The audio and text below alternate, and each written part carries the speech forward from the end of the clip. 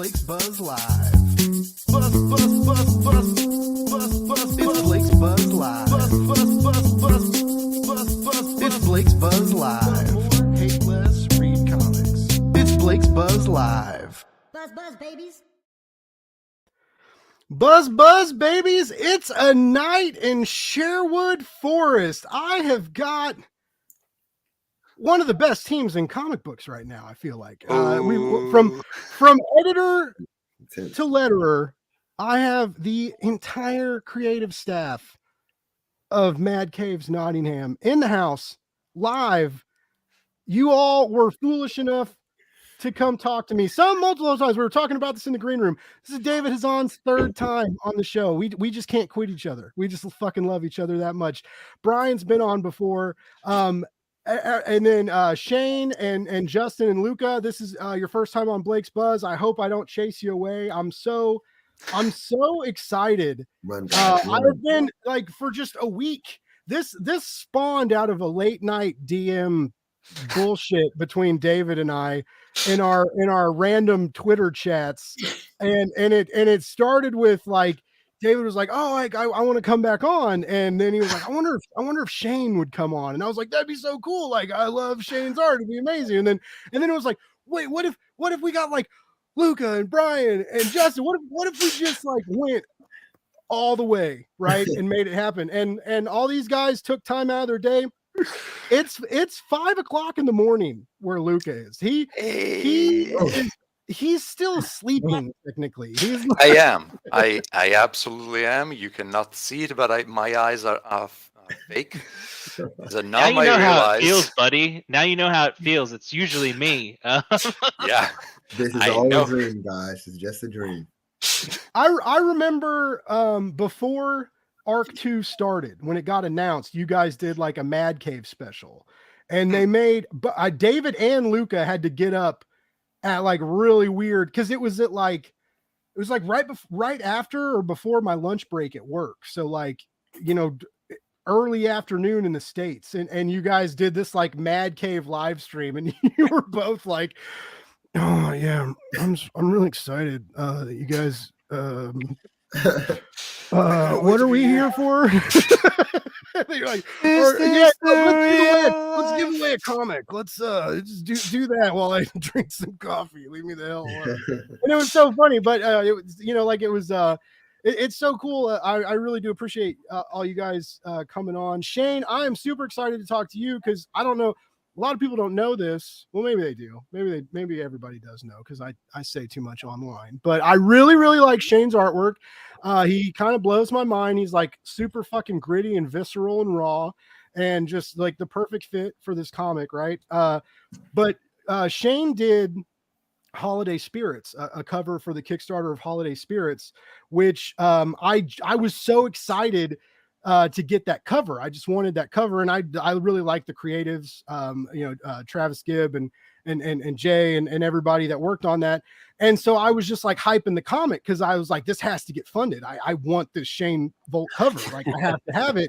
And then they ended up letting me do a fucking pull quote for it. So like my first real printed pull quote is on a Shane Connery Volk cover. And so like, you'll always, whether you want to or not, Shane, you'll always be close to my heart because wow. Hey, that's very cool. I'll take that, man. That's awesome. You're also like a legit rock star, right? Like you are like, you're in a gigging band that does well, and like I'm sure like the women follow you. Like, you're a good looking dude. Like, I'm sure like, you know, like, thank you. Are you married? Appreciate like, it. are we allowed to say that? Do we need to like keep it on the DL? I'm a married man, but you know, she likes the way I look too. So you're not Well, spreading lies. Yeah. Yeah, man. I've been a touring musician for like 20 years now. So we just had our first big shows back since the pandemic this summer. So played a show in our hometown in front of 10,000 people. So that was cool. Very nice, man. That's awesome. Yeah. So like, it's aggravating to me sometimes when you guys are like good at like a whole bunch of shit. Right? It's just like you're a real solid artist, and you have a very like it's easy to pick you out in a lineup, right? Your sketch work. You have a very definitive. That's all I've style, ever wanted. right? I just want to be. You want to be known for something that's a little different, or at least unique. So I like hearing that, man. Thanks so much. Man. Appreciate it. Well, you're doing it. You're doing it. Like you are succeeding. Jared Lujan is in the house talking about all these handsome dudes in one place. I know, man. It's fucking crazy. And speaking of handsome dudes, I told Jared that the first few minutes of the show we would devote to him, since when I interviewed Jared, all we did was talk about David for the first 10 minutes. But no, like Jared, man, thanks for tuning in, man. I think we all love you. We love your comics. Crash and Troy, man. I think that first issue is just blowing everybody's mind. We're all excited. Your new Kickstarter got funded. Like you're sitting pretty, and like. I don't know. He's a good dude. He makes great comics. I really appreciate him. And then I'm slacking. Oh man, holy shit! There's like a lot of. Like, this is what happens when I have fucking rock stars in the chat. Like there's too many fucking people. Holy fuck! The chat room. It's a good problem. It's a good problem to have, man. It's a good problem to have. The Nottinghamers are out there representing. I love it. Tom Slay's in the house. We got Tom. What's up? Midnight Warriors. What's up? Geo. Johnny Fitz is in the house. What's up? All right. Who else we got? Jared. We got Johnny. All right. Well, that's all right. So we're off to a good start. Like, well, I mean, you guys could be in a better start. You're on my show, so we're doing the best that we can with what we got, basically. Don't take yourself down. But no, I am so excited. Not just because I get to talk to you guys. It's because your comic is one of my favorite comics. Last year, you were my number 4 top comics of the year of my Buzzworthies. I had to do like that. My first year of being press and having the show and stuff, I had to do like the year-end wrap-up, which was the fucking most stressful thing I've ever done.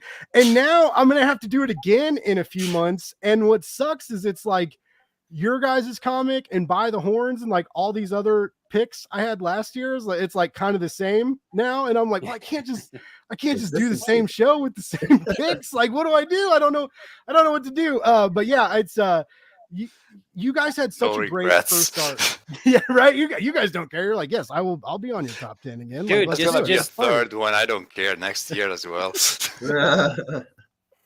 Well, we do know that there's going to be a volume 3, right? I don't know how much we're allowed to talk about that tonight, but I did get the okay to at least mention that there's going to be a volume 3, which is great, because if there wasn't, I would really have to step aside with David and be like, what the fuck happened with that ending, bud? Like, you can't just leave it. The end with an ellipses with a whole fucking army on the shore. Like, give me a fucking break. By the way, there's going to be spoilers. All right. We're here to talk about volume 2 and its success and its wonders and how just murderously awesome it is. And so, yeah, if you guys haven't read it yet, sucks to be you. You should have done that. You should have done your fucking homework like I did.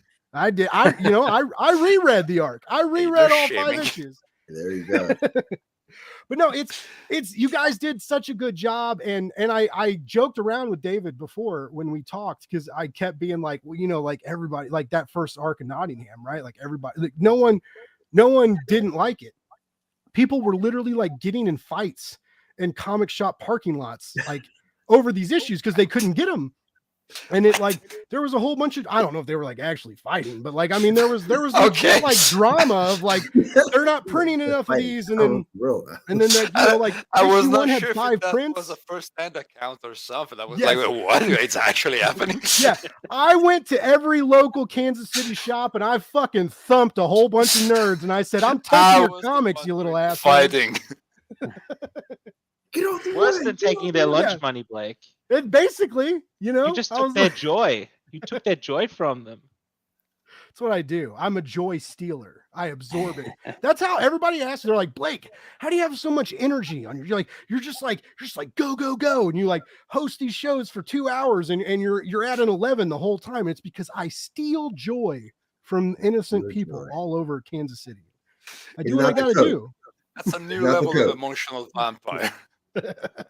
That's a very Nottingham move of you. I'm Right? glad you Yeah. did that just for us. That's really nice. Steal from the rich and give to the poor, right? Yeah, Hold on, exactly. I'm making notes here. Spoiler in Volume 3, Robin is actually a vampire.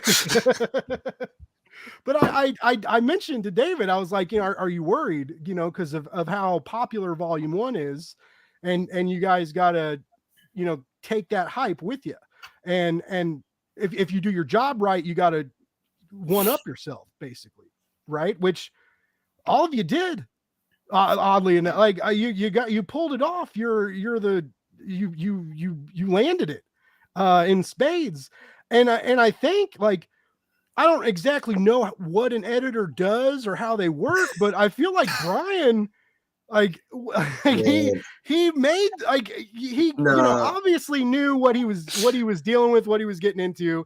And after, working with you guys for so long on Volume 1, and keeping the team together, right? I mean, like, did Volume 2 kind of happen more organically because you guys got to know each other and know how each other worked, and you all kind of knew each other's vibes? Like, is that why it worked out so well, you think? Well, I want to add real quick. I'm new. I wasn't a part of Volume 1. I came in on Volume 2, so I'm the newbie here. Oh, that's right. Okay. And I'm actually Yeah. the clone of the first Brian. I'm not actually Brian. I'm Brian 2.0. I never do enough homework for these fucking shows, man. The artist formerly known as Brian Hawkins. I'm just honestly along for the ride. These guys are amazing. They were amazing in Volume 1. They are amazing in Volume 2. And I know they're going to be amazing in Volume 3. I'm just along for the ride. And I get to just literally ride their coattails on this, which I gladly do. So I was about to ask if it's hard, because you're putting out your own comics too on both Kickstarter and direct market, and you're about to go back to Kickstarter for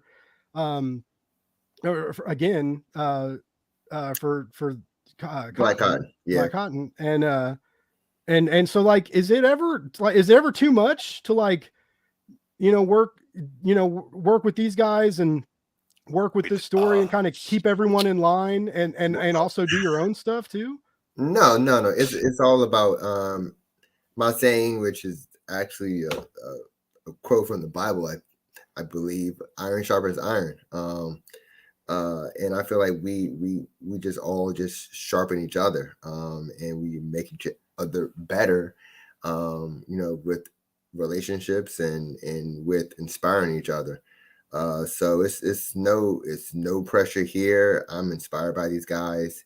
They're great. I love what they're doing. I love being a part of it in the small way that I am.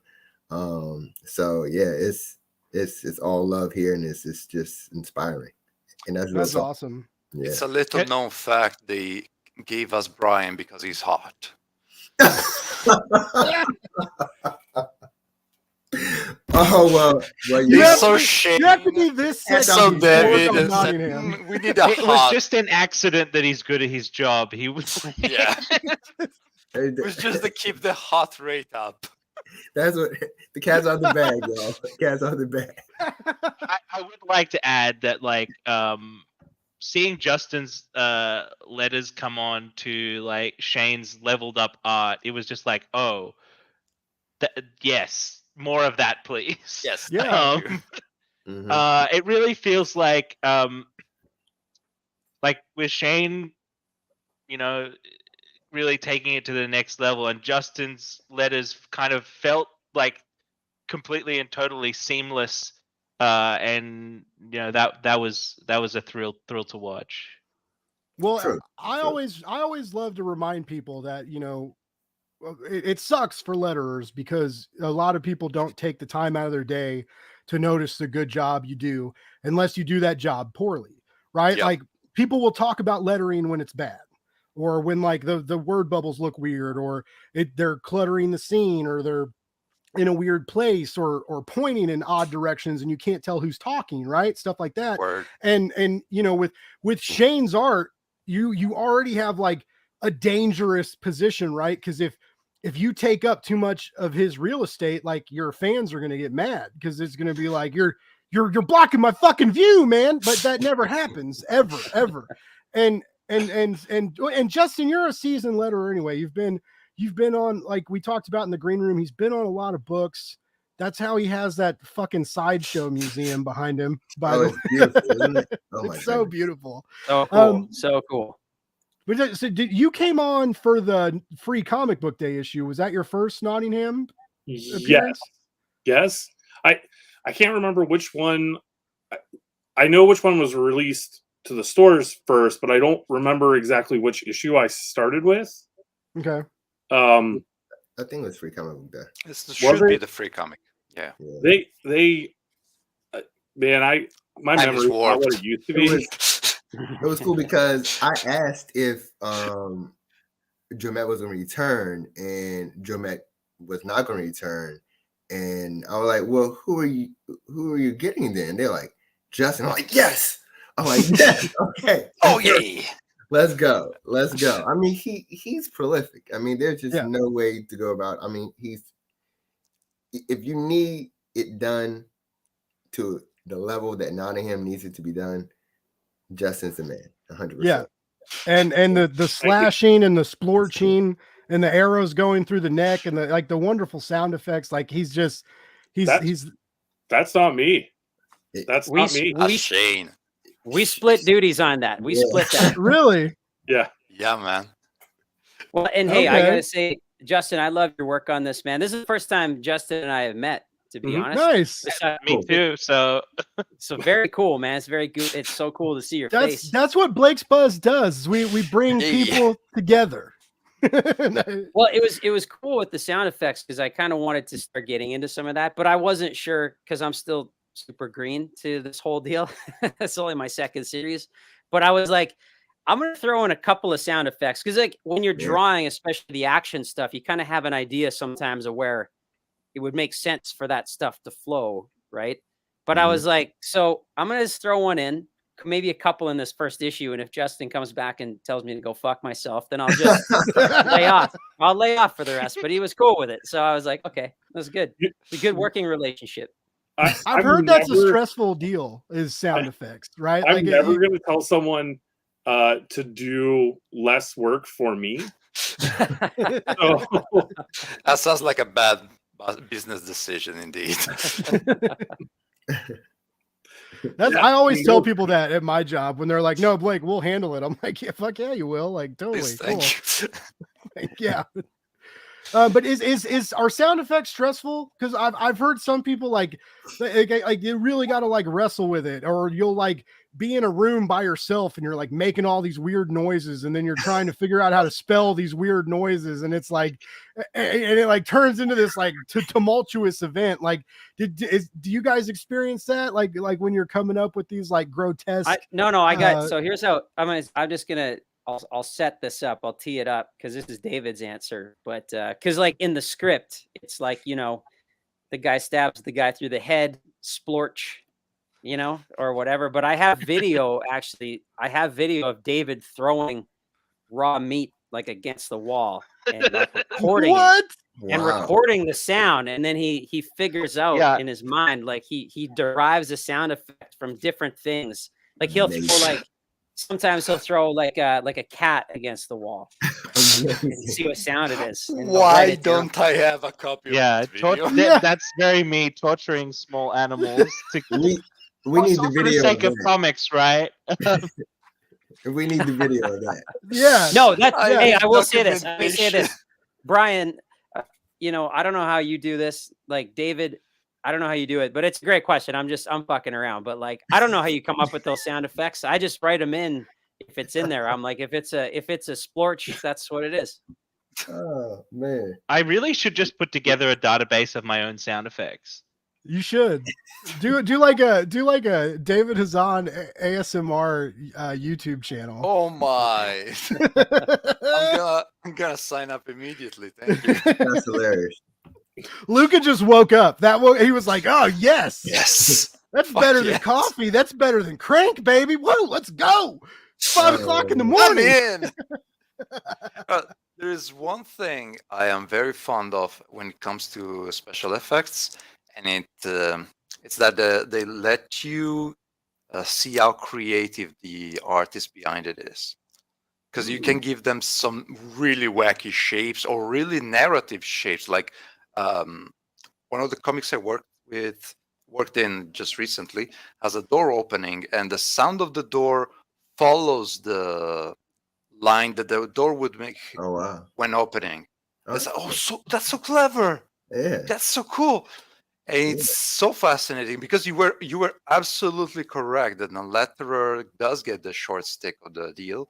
Because if a letter fucks up, it's really noticeable. And we are super lucky we got Justin because he fucking rocked. All you guys fucking just rock. don't screw it up. Yeah, there's no weak links in this comic, and you guys have had 10 absolutely perfect issues. Like honestly, and I can say that as a reviewer because I review comics. So like I'm not just like talking out my asshole here. I mean, I am. The authority. That's what Blake's Buzz is. But you know, like my heels are in the ground, right? I'm dug in to this hill that I'm prepared to die on, and it's and they've been great issues. And I talked to David about this when we last talked when Arc 2 started.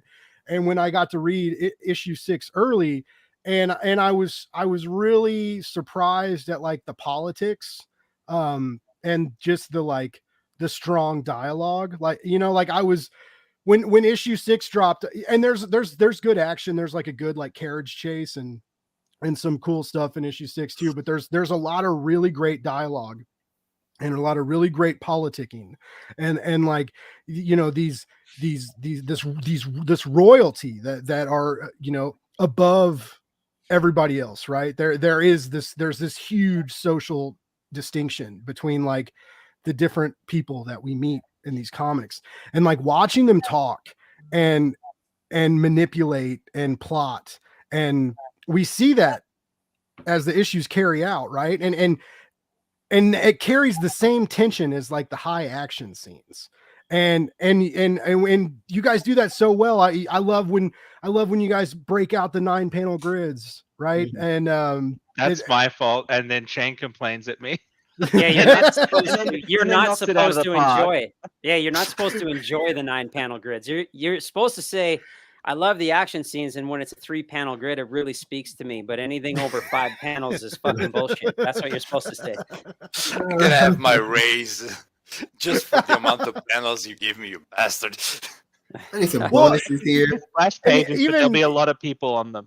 In each panel, 9 panels of crowd exclusively.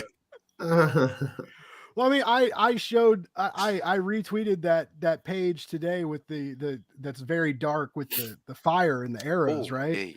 And that's my favorite page. That's my favorite dude. one. It's so good. It's so minimal, and it showcases a lot of what Shane and Luca are capable of, right? We get the final panel, right? We get the 3 faces. And they're glowing, and we get the emotion, right? There's not a lot of emotion in Nottingham, right? Like it's a lot of action, and it's a lot of, or there's emotion, but it's different, right? It's not. I wouldn't call it like a drama necessarily. You know, it's like it's like almost a political thriller is what Nottingham is, and so we get this like static image of all of them like realizing they're fucked. Right. And they say that too. They're like, oh, fuck. But there's that beautiful image of the archer drawing the bowstring and the flames, and just like Luca really shows like what a colorist does on top of the artist, like on that page. It's so wonderful. But like people really responded to, like, I posted that online, and people were like, what is this? And I was like, it's fucking Nottingham. Do you not read great comics? I wanted to like grab people and shake them, you know, and do the like, this is what you need to be reading. Anyways, but yeah, it's just, you guys have like all these wonderful moments of that, and Shane and Luca, I think you work so well together, and Justin, the same to you, man. Like, you come in with the hardest job to like keep these images pristine and to carry the story and the dialogue. And there's a lot of dialogue in volume 2, and it's important dialogue. And so you have to like, you guys have to work as this like holy trinity to like balance these pages, right? You know, David just sits, you know, on the throne and gets to like drop a script and be like, deal with it. And then he drinks martinis out on the patio or whatever. Right. And then like, you guys got to put the work in. And then, you know, Brian says he just sits there and watches you guys, but I feel like he does stuff too. I'm on the coattails. Just riding on the coattails. Okay. Yeah, but you're riding on our coattails like on a unicycle while juggling, right? Yeah. That's a good way to put it. Yeah, that's it. We got some people in the chat. I guess we should say hi to Joey's here. No, there's no barbecue. We don't. No. Maybe one day if you guys come to Kansas City. And barbecue? Are you insane? Yes, this book does need to be optioned. I love Robin Hood Men in Tights, right? And I love that Bryan Adams song, and I love everything about that movie. But I'm sorry, like Robin Hood. Okay, you guys wrote a fucking Robin Hood book and made Robin Hood the fucking villain. Look, like, how did you do that? Like, that's insane. It's astronomically wild. That's the correct answer. Mostly how anything gets made. A bunch of people said yes to me, and I said, all right. I will never forget reading the first script. Like, I remember I was still teaching in DC. I was in the back room. It was after school. And Chris Fernandez, who is the publisher now, sent it over. And I was reading this. I had a script in front of me. I was reading it, and I'm like, oh, it's a Robin Hood story. I'm like, oh, here we go. Okay. And so that's how I felt about it. I'm like, Robin Hood, here we go. And I'm reading it, and I'm like, okay, well, he's reading well. Okay, this guy can write. Okay. And then I get to about page 6. I'm like, whoa, wait a second. This isn't about Robin. I kept going. I kept going. I got about page 12, maybe page 14 of the script. I said, oh shit. This is the sheriff's story. Brilliant. Robin's gonna I was done. And when I finished, I'm like, Robin's gonna be the bad guy in this? The antagonist? I'm like, you know what? I'm in. And so it was so funny because I started off in one place like, oh, Robin Hood story. Okay. And by the time midway, page 6, page 12, the end, like I was like, I'm all in on this. So it was like, yeah, it was great writing. Thank you. But that was also part of the fun and the conceit of it all, is that you get to take how people currently feel about Robin Hood and like mobilize that to drive the story forward, because they're like, oh, this is different. Oh, this is different. Oh, this is really different. Okay, I'm in. Like that's the like the rabbit hole I was trying to, shove people down. Yeah, it got me. It got me. I was like, oh yeah. I remember the first review I wrote for this comic when it came out. I don't, issue 1 sold out, right? Like, people are silly and don't like to pre-order comics. Yeah. Only four. Oh, it was more than 4. It was more than 4. I felt like it was like 6. There was a 5th print for number 1. It was like a 6th printing. Matter of fact, I have some of the prints. I could get them. I have all the prints. Actually, there is a new printing out this week of Nottingham number 1. I saw that. Yeah, Legacy edition. We're already Legacy edition. What the fuck is that? I just finished reading it, like the proof of it, like 2 weeks ago, and it was so cool just to go back and like read it and like, oh wow, yeah. Why did you I don't wanna see my old art. I wanna see only the new art. What was different, Brian? Like, what did you have to proofread? Well, it really wasn't about proofing the comic. It was more so about like, the design and the layout and everything that leads into it. But I ended up just to be thorough, I just read the whole thing.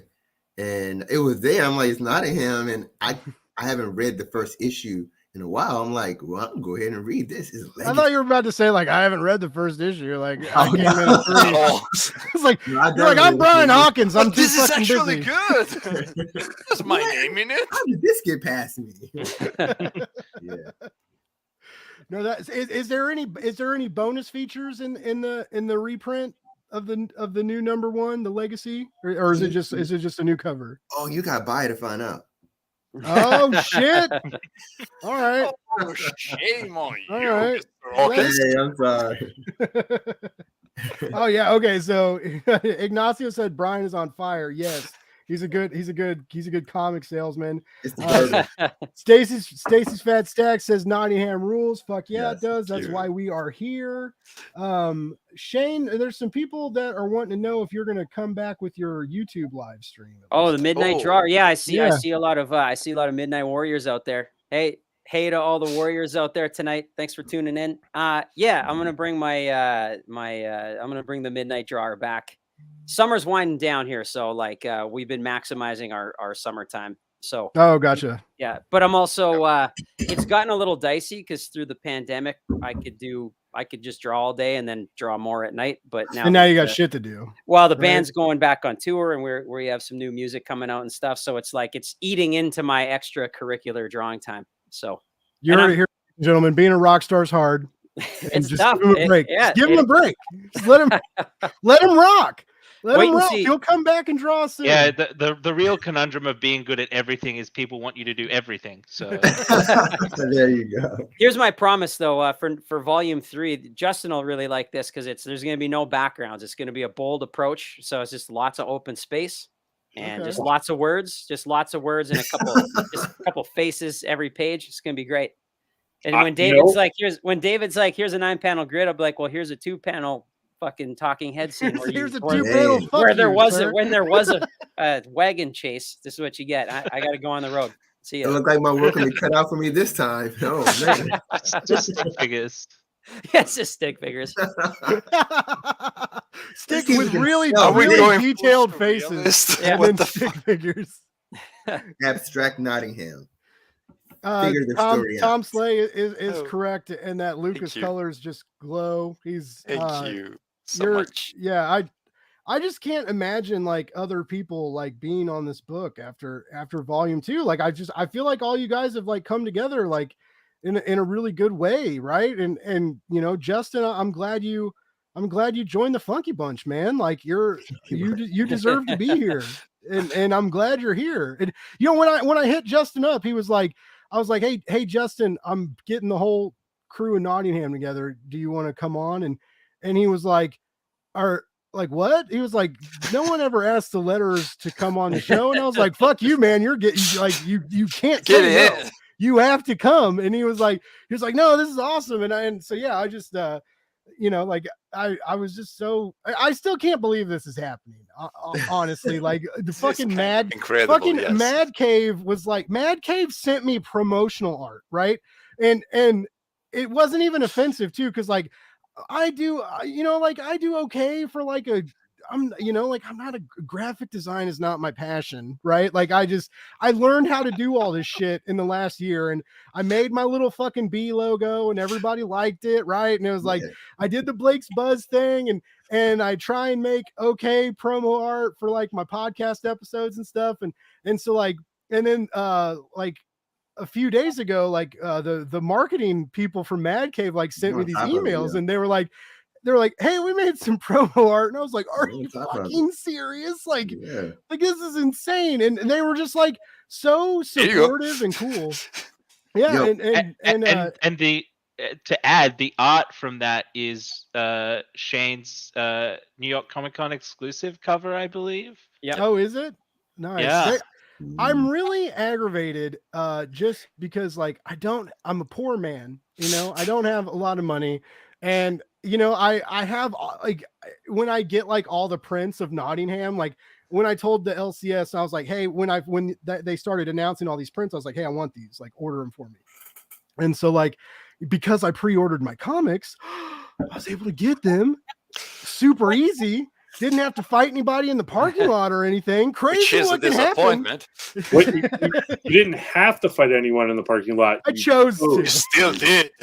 It's like, I was like, I haven't been a bouncer in 3 years. I need to thump some motherfucker for no good reason. No, I'm 36 now, man. When you get in a fight after 30, even if you win, you hurt for 3 or 4 days. It just isn't fun anymore. But yeah, so I got all these prints, right? And I was like, yeah, I have like this whole set. And then MadCave was like, oh yeah, we're doing these like con exclusives, $49.95, and I was like, fuck, sorry. Like, Fuck I you. mean, like, they're beautiful. If you got that $50, baby, like, yeah, I give you 25 or 30. Is that why they didn't send me any comps? Yeah. Nope.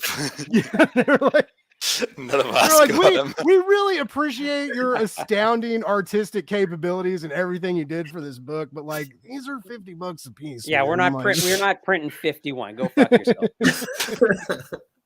Enough is enough. But yeah, and there's like a couple foil covers and stuff too. Now you guys got the hardcover, which I still want. I still want that hardcover, and it hasn't sold out yet. Yes. Like, and I think who all like, don't you guys all sign the bookplate? It's signed by a Yes. couple of you, right? David Dave- and Shane, yes. Okay. And I'm the only one that has it that could have all the three signatures. But I did not sign it because of the one. So yeah, that you can get volume 1 in hardcover, which is like, I mean, that Honestly. I got a hardcover for $50. That's not bad. I can do that. I hardcover for 50. I can do a floppy variant, even if I'm in love with it for 50. Like, I mean, I would, you know, if my dad owned a dealership, you know, we'd be, you know, if I was born in a pair of boat shoes, right? You know, we'd be good. Like some salmon shorts and boat shoes. I'd be buying these $50 covers, guys, but that just wasn't me. It's fair. It's fair. If it was Zach Morris, I get it. Yeah, right? If I was fucking time out. Listen. Right. But yeah, I do think they're awesome, and I'm glad they're doing these con exclusives. I mean, anything MadCave wants to do to get people hyped up for this comic, you know, like I think they've done a great job of hyping it up, of getting the word out there. You know, on top of like all you guys putting your blood, sweat, and tears into it. You know, like you couldn't ask for more from the creative team, and I feel like this publishing house takes good care of you. That's the vibe I'm getting. I could be full of shit, yeah, I am most days, but I feel like I might be on to something here, right? And so it's just it's so exciting to like watch this comic blow up, right? And it's like it's this story we've heard since we were kids, right? Like I mentioned you know, Robin Hood, Prince of Thieves, which is wonderful, and you know, we got Robin Hood Men in Tights, which is also wonderful on a different level. We got the Disney cartoon where, you know, it confused younger me into like, how is Maid Marian sexy and a fox like at the same time, and I still deal with that seed. They're planting that seed, buddy. Yeah, right. Which you multiplied in Arc 2. That when she's on the throne, like sitting like sideways with her legs crossed, like that's I don't have a type. I thought I didn't have a type, and then I was like, shit, bitches. I have a fucking type. Like the Queen of Nottingham, man. Redhead Good too. God. That was like that was cool to draw. Honestly, I could talk for hours about the shit that I had a blast drawing, but like that was like her moment. I was like, that panel was like, you could see that like the revenge and all the shit that was brewing in her head was like, in my mind, I was like, that was what she saw in her mind, was like when she gets to sit there and like and little John gets to pet the dog and just have a nice moment and a nice little moment together. You know, it was a nice Nottingham moment. I threatened to kill the dog. I threatened How to walk. dare I was like, you. I was like, if the dog dies, I'm out. I walk. That's it. Hey man, I still got dog. Oh, that's funny. There's always something. That's funny. No man, I honestly those the last penultimate and the first and the one before would be page 21 and 22. 22 or something, 23 and 24 of the volume 10 are probably some of my favorite pages of color for Nottingham. Just for the different scenes and all the different locations wrapping up the situation. It felt so good. It felt so satisfyingly closure. And then the last page, there's this bastard going in a vacation and saying, he's gonna go back and get his shit kicked in, but whatever. Because he's an idiot. He's gonna go back to England, whatever. I know David is gonna have planned something. I'm an idiot, for him. so I love writing idiots, and he's the biggest idiot. He's gonna have of them all. something horrible planned for him. I know it. Because he's David. I was hoping that David would pull a swerve and like volume 3 is like it's just the sheriff on vacation, where you're just like sometimes you want what you want and you're like, no, he's just like, fuck it, I'm not going back. That like it's I'm the sheriff just sitting on a beach in Sardinia, Yeah. And like maybe it's more like it turns into more like a Matlock story. Like he just solves a little crime on the beach. He used to do that shit for a living. They draw him back in. He has a nice time. It all ends. He's just drinking a Mai Tai at the end. He's like, I made a great decision. I made a great decision. Really nice. The case of the missing mangoes. He's like, I solved it. Yeah. Going back to the beach, you motherfuckers. Leave me alone. Yeah. That can be the what if story. The what if story, right? That's what if free comic book story. Yeah. What if he took the other ship? He had a great time. Nice life, I'm pitching this to MadCave on the side. There you go. The what if special book. The Christmas Adventures of the Sheriff. Nottingham would never end this way. The what if? Maybe so.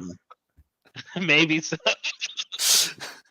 You could do one of those like dream sequences, right? Where he's like all happy and everything's fine, and he's got like a couple women with him on the beach, right? And they're like feeding him grapes, and he's just loving it.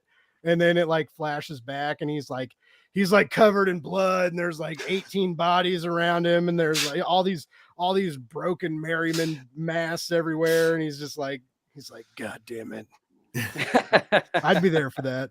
You guys could do actually anything. You could fucking make him time travel and go to space with fucking Jeff Bezos. I'd still fucking buy the comics. I don't like. I mean, I have all the faith in all of you. Like you. Well, hey, what about a rocket? We could do like David. What if you did like a Rocket Robin Hood version of this? So like you put him in space. You know what I mean? Do you remember that? Do you remember that show?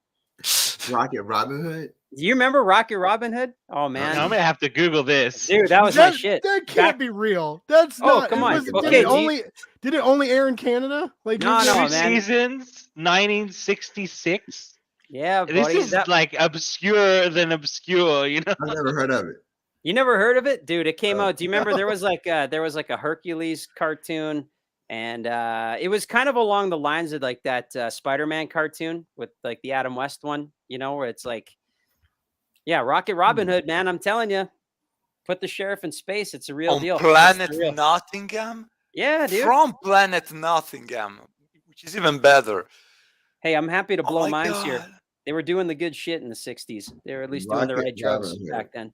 This is ancient history. This is so confusing. Wow. Yeah, it's great, man. Look at those costumes, though, man. Look at those costumes. There it is. It's real. This is fucking amazing. I want to have words with those costumes. I could sing the theme song. Like I can't believe you guys didn't see the shit. It was part of the Saturday morning lineup, But here's the interesting thing, though. There's only Stacy in the chat that remembers it. You're the only two ones on this planet. It comes up on Google as it's like England is sick, space is the cure. A Canadian animated series. Oh hey, wow. Yeah. Dude, we know how to do it up here in Canada. We do the shit right. We do it all right here. Hey, you know exactly what it's about. We have people in the chat that remember this. Stacy remembers it. Stacy remembers it. Wow, I love it. I've never heard of this. Hey, they were ahead. Canada's been ahead of the curve for a long time, but it's okay that everyone's waking up to that now. That's okay. There you go. So you guys get Robin Hood in space. We just get free guns for everybody. And why did I pitch Robin Hood in space? 3 seasons. You guys, you have not seen the villain. Three big seasons. Wow. The biggest, Three the big biggest seasons. seasons. Three big seasons, baby. That's all Star Trek needed. 3 seasons. Justin, are you taking notes, Justin? Like, of this and watch, yeah. Are you gonna adjust your style to sci-fi and be there for this massive relaunch for Nottingham in space? Yeah, Nottingham 3. 100%. It's like these figures aren't going to pay for themselves, baby. I'll do whatever the fuck they tell me. Wow, I'm blown away by this. I don't know that I just got good at drawing a bunch of ships and stuff, so I don't know if I want to get into drawing spaceships. David got me on issue 2, all those tall ships. Got me working with my worn out Sharpie for all the wood, so I'm just good at that now. So don't change the shiny spaceships. I don't have the tools for that. All of the metal. The joke's on you. There will be no sailing ships in Volume 3. Yeah, just when I got good. Yeah. Like we're doing horses Sorry, and cars. I'm just thinking, is that true? Man, they had no spoilers. Dude, Brian, I'm telling you, man, it's a real deal, buddy. You got to check that shit out. It's got to be streaming somewhere. We got to find it. I'm going to find this and watch this. Now you know what everybody's going to do when this is over. Yeah. Bourbon is going to be Bourbon and Rocket Robin Hood with the Nottingham crew. We all sit and watch. You can have a reaction video of everybody watching Rocket Robin Hood. There you go. Hey, whatever I got to do to get you guys back on the show, that'd be we'll just watch. We'll watch season 1 live. Blake Buzz screening Rocket Robin with live feed from the chat. Tickets We're gonna be VTubers, guys. $5 virtual tickets to join. Oh fuck yeah, we're gonna make some money. We'll sell that shit. Oh man, we should just do like a watch podcast of this. Hey, if MadCave sponsored this, they'll sponsor that, right? They can't. I'm gonna hit up Allison. We'll see what she says. Yeah. Speaking of MadCave sponsoring, they did say I could give away a comic, and we did a little random giveaway. one. Well, yeah, just any. We're gonna give away. What's the cat one? There's that cat comic. The Battle Cats. Battle Cats. You said name. We're really not giving. We're giving away a trade paperback of Volume 2, King's Ransom. Is what we're going to give away. And I did a little what's it called? Like I sold my soul. I hoarded up, and I was like, follow me, follow MadCave, retweet. I used to say I would never do that. I'd be like, I'm never going to buy followers till like I wanted a bigger audience, and I was like, okay, I'll buy some followers. It'll be great. We got a winner for this MadCave. Hold on, I'm gonna pull up their name on Twitter. I was ready for this. All right, no, it's all right. So the winner of Volume 2, A King's Ransom, which you don't get yet. It doesn't come out till October, but you will get it. You'll get it eventually. Is Mr. Jimmy Gasparo, Comic Book Yeti's own reviewer and interviewer, has won a trade paperback of Volume 2 of Nottingham. Congratulations. And he's going to get that. So very cool. I'll tweet that out on Twitter just in case he's not. He's got kids and stuff. It's late, so he's probably not around. They're probably he's like doing family time and stuff. But yeah, it's you won. You did it. You congratulations. You happened. It's a big one. You get Volume 2 for free. And if you haven't read Volume 1 yet, you got to buy that first, though. Yeah, the hard, but it's worth it. One. But you better have read that already. Buy the $50 hardcover. It's technically you got like $15 off because you get Volume 2 for free. So it's technically you spent like $35 on the hardcover. Technically, right? And if you didn't win, you can pre-order the trade. This is me shilling. You can pre-order the trade using diamond code June 228811. 228811, baby. Always be branding. Yeah, never stop. Yep, never stop. You guys, you need to like.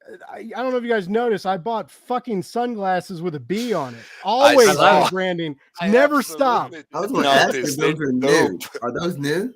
They're brand new. They're Hey, one they of are. the $17 on Amazon Prime, Oh baby. That's man, what we they're got. nice. Hey, And, Frank, and it's you're like, I rocking the gotta stash. hide how baked I look on this shit. And you're rocking the stash. I'm like, man, Yeah. Hey, I went all out for you guys. it's I hardcore tonight. was like, I Appreciate ordered sunglasses. I shaved.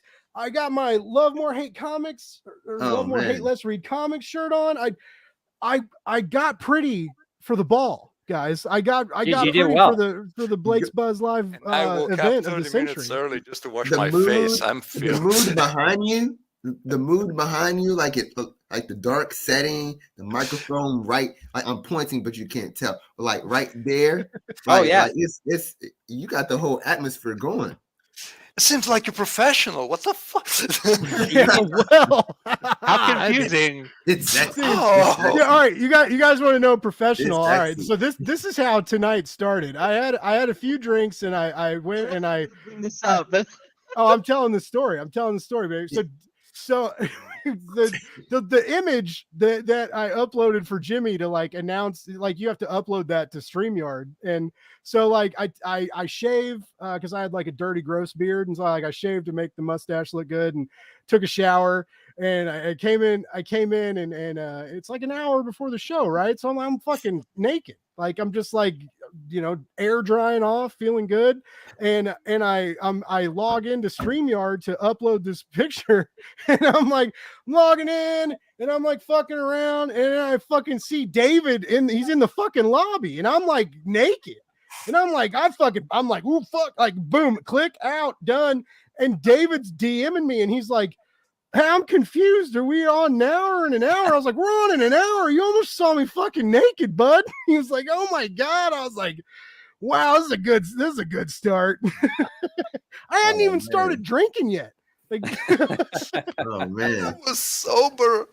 yeah, I was like, fuck. Oh. Anyway, so yeah, that's how it started. That's Perfect. I kind of That's how it's done, baby. Yeah. Yes. That's the David way. was like, oh, I Uh-huh. didn't know it was that kind of show. I was like, dude, I need the clicks. I was like, I need a boost. I need a boost in the metrics. Whatever works. The algorithm says, Yeah, give me clicks. the algorithm needs Blake's butts. So they're like, fuck the buzz. We need that. Make We the need that butts. ass, baby. Look, the 90s taught us something. Sex sells. It doesn't matter which There sex. you go. So it works.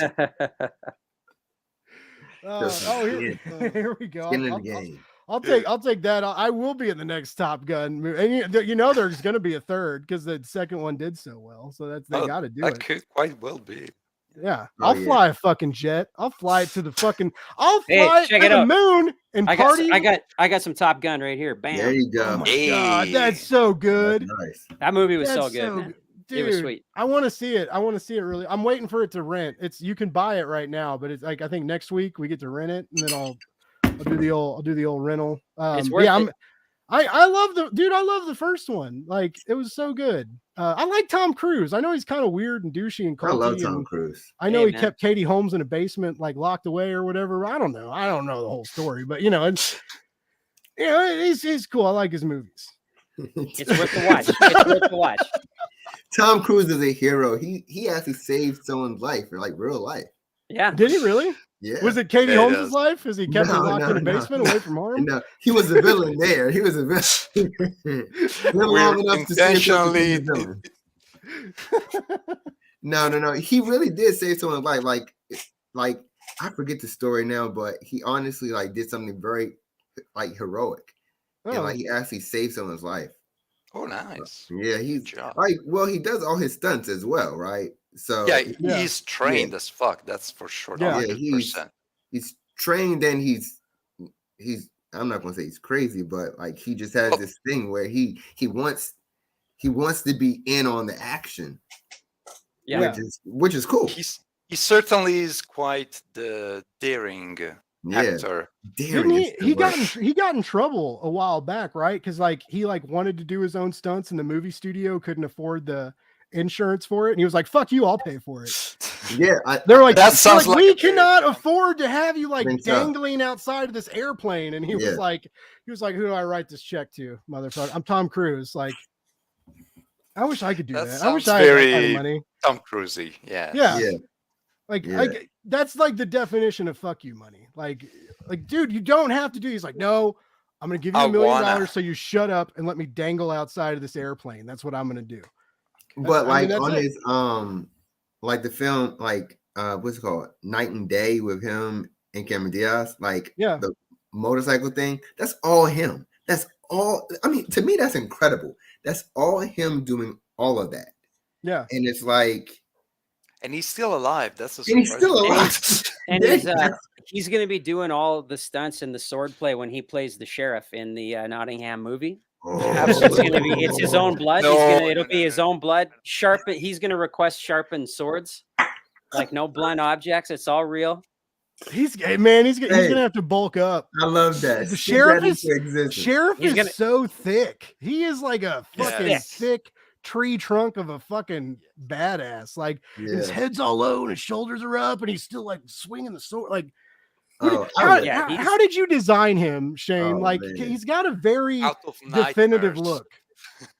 Well, so David sent kind of like reference stuff of some actors that could play him just to get like in the headspace. So I mashed up I don't know if I've ever revealed it before, but I kind of mashed up David sent what's the actor that played Ned Stark in Game of Thrones? Sean Bean. I mashed Sean Bean and Tom Hardy together. Ooh. So he's got the kind of big Tom Hardy nose, but then I made him giant. I just thought like he has to be really imposing. He's got to be like, he's got to be like a Batman figure where like, if he's in the scene, he's in the scene. Like he's not, he can't just kind of be like, not there. Like he always has to be omnipresent. So I just wanted him to be lumbering and like really weighed down by life. And he just also, he has to look like a guy that's like, he looks like he's beat down by life. But if he picks that sword up, it's like, it's fucking fucked. Game over. Yeah. Like if you got him there, like if you got him to that point, he can take care of business. Yeah.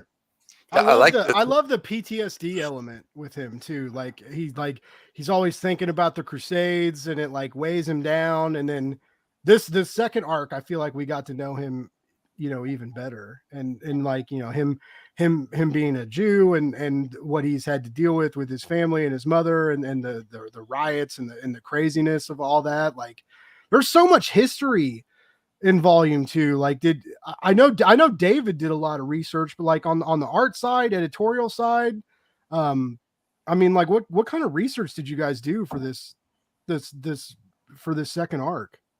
Well, I'm a really big history fanatic. I watch a lot of history documentaries while I'm drawing. That's kind of my background noise. And so I was fairly well versed in that period, but I dug into the costumes and stuff. For volume 2, I went a little more, I don't want to say fantasy, but I was a little less like the ships that you see, like they're on in issue 2 they don't actually use those in that era, but I'm like, they just look bigger and grander. And sometimes you gotta make a call for art's sake. That's just like, this just looks a little more badass and imposing, and same with some of the costumes. But yeah, I dug into it. I don't know, Brian, did you dig into any of that? I know that when I was reading the script, there were like certain dates, like because there's so many dates and so many references to like historical things that actually happened. So I would go back and research and check to see, okay, if this happened or if this name was actually present in like our world. So it forced me to get more acquainted with that era and what actually was taking place in some of those dates and times and the historical figures that David put forth. It was fun and challenging. Well, and Justin, glad I'm not the only one playing Tetris with the story. I'm like, here's another date. Come on, David. Oh, I'm on Google like this. Justin, I wanted to ask you, because I've always wondered this about like lettering. I mean, I'm new to the game, but when you're doing like different periods, or like we kind of talked about futuristic stuff, are you thinking about letters differently, like period wise, or is it sort of, how do you think about that? So with this one, I know I needed something a little bit grittier. Like I'm trying to think I'm trying to remember the exact font that I used for this one. I think it's a lot thinner. Yeah. And what I basically try to do is just try to sort of, I stare at the font in balloons for a while compared to the art, and then I try different things out. And that's one thing that I didn't ask was when I got asked if I wanted to do volume 2, I said yes. I didn't ask if I needed to match the pre-existing style from volume 1. I just sort of was like, well, maybe it's better to ask for forgiveness than for permission. And I just dude, did. that's how this entire book got made. That philosophy. That's the story of our book. That's the story of the entire thing. Oh, that's hilarious. That's that makes specific to sense. David, actually. Yeah, it all started with David. I don't know. It all started there. Just like suddenly stopped saying no to me, and I was like, okay. Okay, I'm gonna ask for more. I'm not gonna look a gift horse in the mouth, you know. Wait till you read volume 3, then, right? Like, they're not gonna say no to this. I'm gonna throw this in right here. They can't say no now, right? Like volume 1 was a hit, volume 2 was a hit. Like they pretty much got to just like say like they're gonna do something weird in volume 3, and that we're gonna let them. And if they, at least they better. If they don't, like, I've been expressing my love for MadCave, but you send them to me if they don't. Like, I'll set them straight if they're trying to tell you guys where to go for volume 3. I'll be like, no, you let them go where they want to go. That's what Listen, are you we'll watching? Meet you in a comic book store parking lot. Yes. We have a professional. Exactly. Like Mark London, show up in this parking lot right here. Mark show up and then Blake just come through. Yeah, that'll be the next live stream. Blake's Buzz fights MadCave Studios over rights to Nottingham. Why is Blake in Florida, guys? What are you doing there?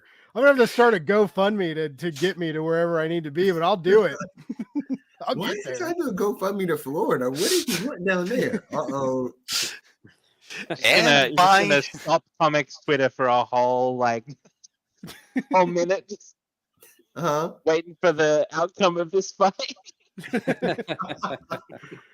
It'll be like WrestleMania, but better. It'll be like, you want to pay $50 for a pay-per-view, or you want to pay $50 to Blake's GoFundMe to get him to Florida? Oh, This random comic book show. I mean, That's nobody funny. really is putting any limits on what I can do with this, and I think, part of that is just people like Brian and Chaz just saying let him do his thing, which I'm eternally grateful for. I'm just having a blast. I did have a little cry. I started writing the outline at the end, and I had a little cry, and then I worked my way back. Oh, you cried. I That's have not read good. nothing yet. That's not I don't good want to that see you cried. anything until it's finished. But you saying you cried is terrifying me a bit. It was a moment. I'm not sure I'm emotionally ready for it. No. I don't think anybody fuck can me. be. The stakes are everything just keeps escalating. Like it's from arc 1 to arc 2. Like so much happens. You know what I really like with all these? There's all these like brutish man beasts like everywhere, right? These like hulking behemoth fighters, but like who's like stories like carried is Aya and Marion. Yes. And like I did not Marion I did expect, because Marion had a lot of agency in volume 1, and after issue 1 of volume 2, we see that she's playing some games, right? And she's kind of the puppeteer, she's changed roles with Robin Hood, being away. And so like I was expecting like her to have like a big role, but this stowaway, this assassin, and then when we see her backstory with the sheriff in the terribleness of the Crusades and what happened, like that all was so good, guys. Like, and the way she was drawn, the way she fights, the choreography, that you guys pull off. The fight in the boat is so cool. Oh, dude, it's so great. Also, the big fight. Where one at the end of the book. Yeah, with where Robin leaves with the king and when the stories kind of split up again, like that was it's fucking nuts, guys. Like I read a lot of comic books and I read a lot of superhero high action stuff, and this is something else. It's not a superhero book, right? It's like historical noir kind of. It's got a little bit of fantasy, but it's grounded in realness, you know. Like and like I said, like Shane's art speaks for itself. It's insane, right? And it's hard. It's hard to describe. It's so like angular and mean, you know. Like it's just got an attitude about it. And then like Luca comes in. And yeah, it's fucking rock and roll, man. And you come in and you had a warmer palette in art too. This book is way warmer. Well, on one side we are in warmer places, so it's kind of mandatory to have a different palette, especially when we have doing the flashbacks in the middle of the desert. So, are you a digital artist, Luca? I am full digital, yes. Yeah. Okay. Shane is the one that's sending me the kindly scanned analogical art, and I do all digital. I could not live without my Control-Z to undo stuff and produce at the rate I'm required to. Digital, especially for colors, I think changes the game. I mean, I know there's a lot of it makes things easier for like the line artists to go digital, to kind of it does, especially when you're changed. Oh, really? Like, you know, I found it. Because I did the first art was all digital for me, and the second art is all it's all on paper. But I found like depending on your style, like I found that I was starting to get restricted with the tablet, because I'm like I want to take ink and fucking throw it at the page, and like sometimes you just want to see what shit happens outside your control, and you can't do that digitally. But I'm not that kind of artist. Whereas some guys use a tablet in like magical ways, like shit that I couldn't do, that makes their line art just incredible. Like guys like Jorge Jimenez, you know, like their shit is, it's mind blowing, but that's not my style. So I think it's like, I think people are starting to realize that a computer now is like, it's like using a paintbrush. It's like, if that's your shit, if that's your style and you make it sing, you make it sing. Like for me, I kind of have to use traditional tools to get it to look like what's in my head, you know? So it's like, and it's quicker for me in that way, because I'm not struggling with it. I'm just like, as Luca now sorely understands, like I like to make a mess on the page and then figure the shit out later. But so I think it depends, like long-winded answer to what you were saying. I think it kind of depends on the type of artist you are, whether or not, I mean, it's nice on the tablet. I do finish my stuff in Photoshop, fix mistakes and shit. And yeah, being able to quickly delete and move shit around is nice. But I think it depends on your style. It depends on the kind of artist you are, for sure.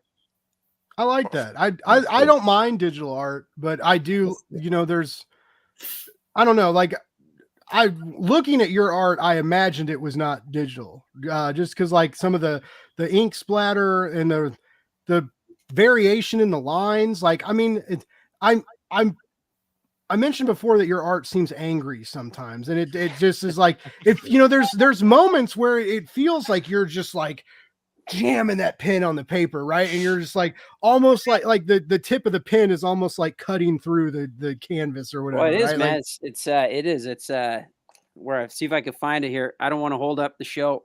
Oh, here it is. This is the one that does that. I got this parallel pen. Let me get it in here. So it cuts. wow.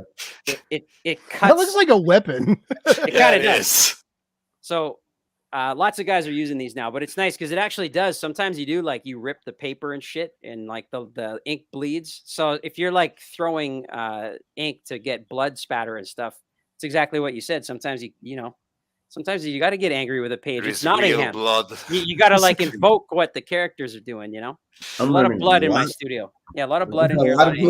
What was it that Jared was saying about how at his local store they said that the guys who make this must just be sad all the time. Like that's how we get all of that out. Yeah.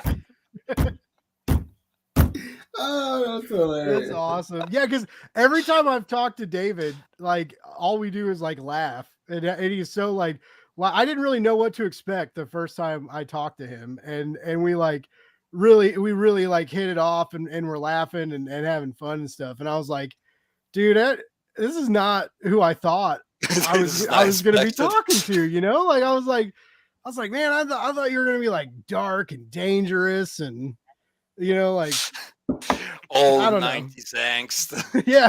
Dressed in black, mascara on. A younger Frank Miller. And younger and angrier. I was just thinking like Dream from the Sandman.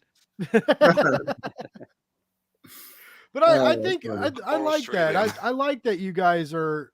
I mean, anybody watching this show tonight, like you're all like lighthearted and fun and happy and excited to be making comics, you know. And I would be excited too if I was making one of the best comic books out right now. So I mean, I guess you got that going. It's hard to be sad when everybody's like, "Dude, your comic book's so fucking good," and you're just like, "Yeah, I guess." Like I don't know, like.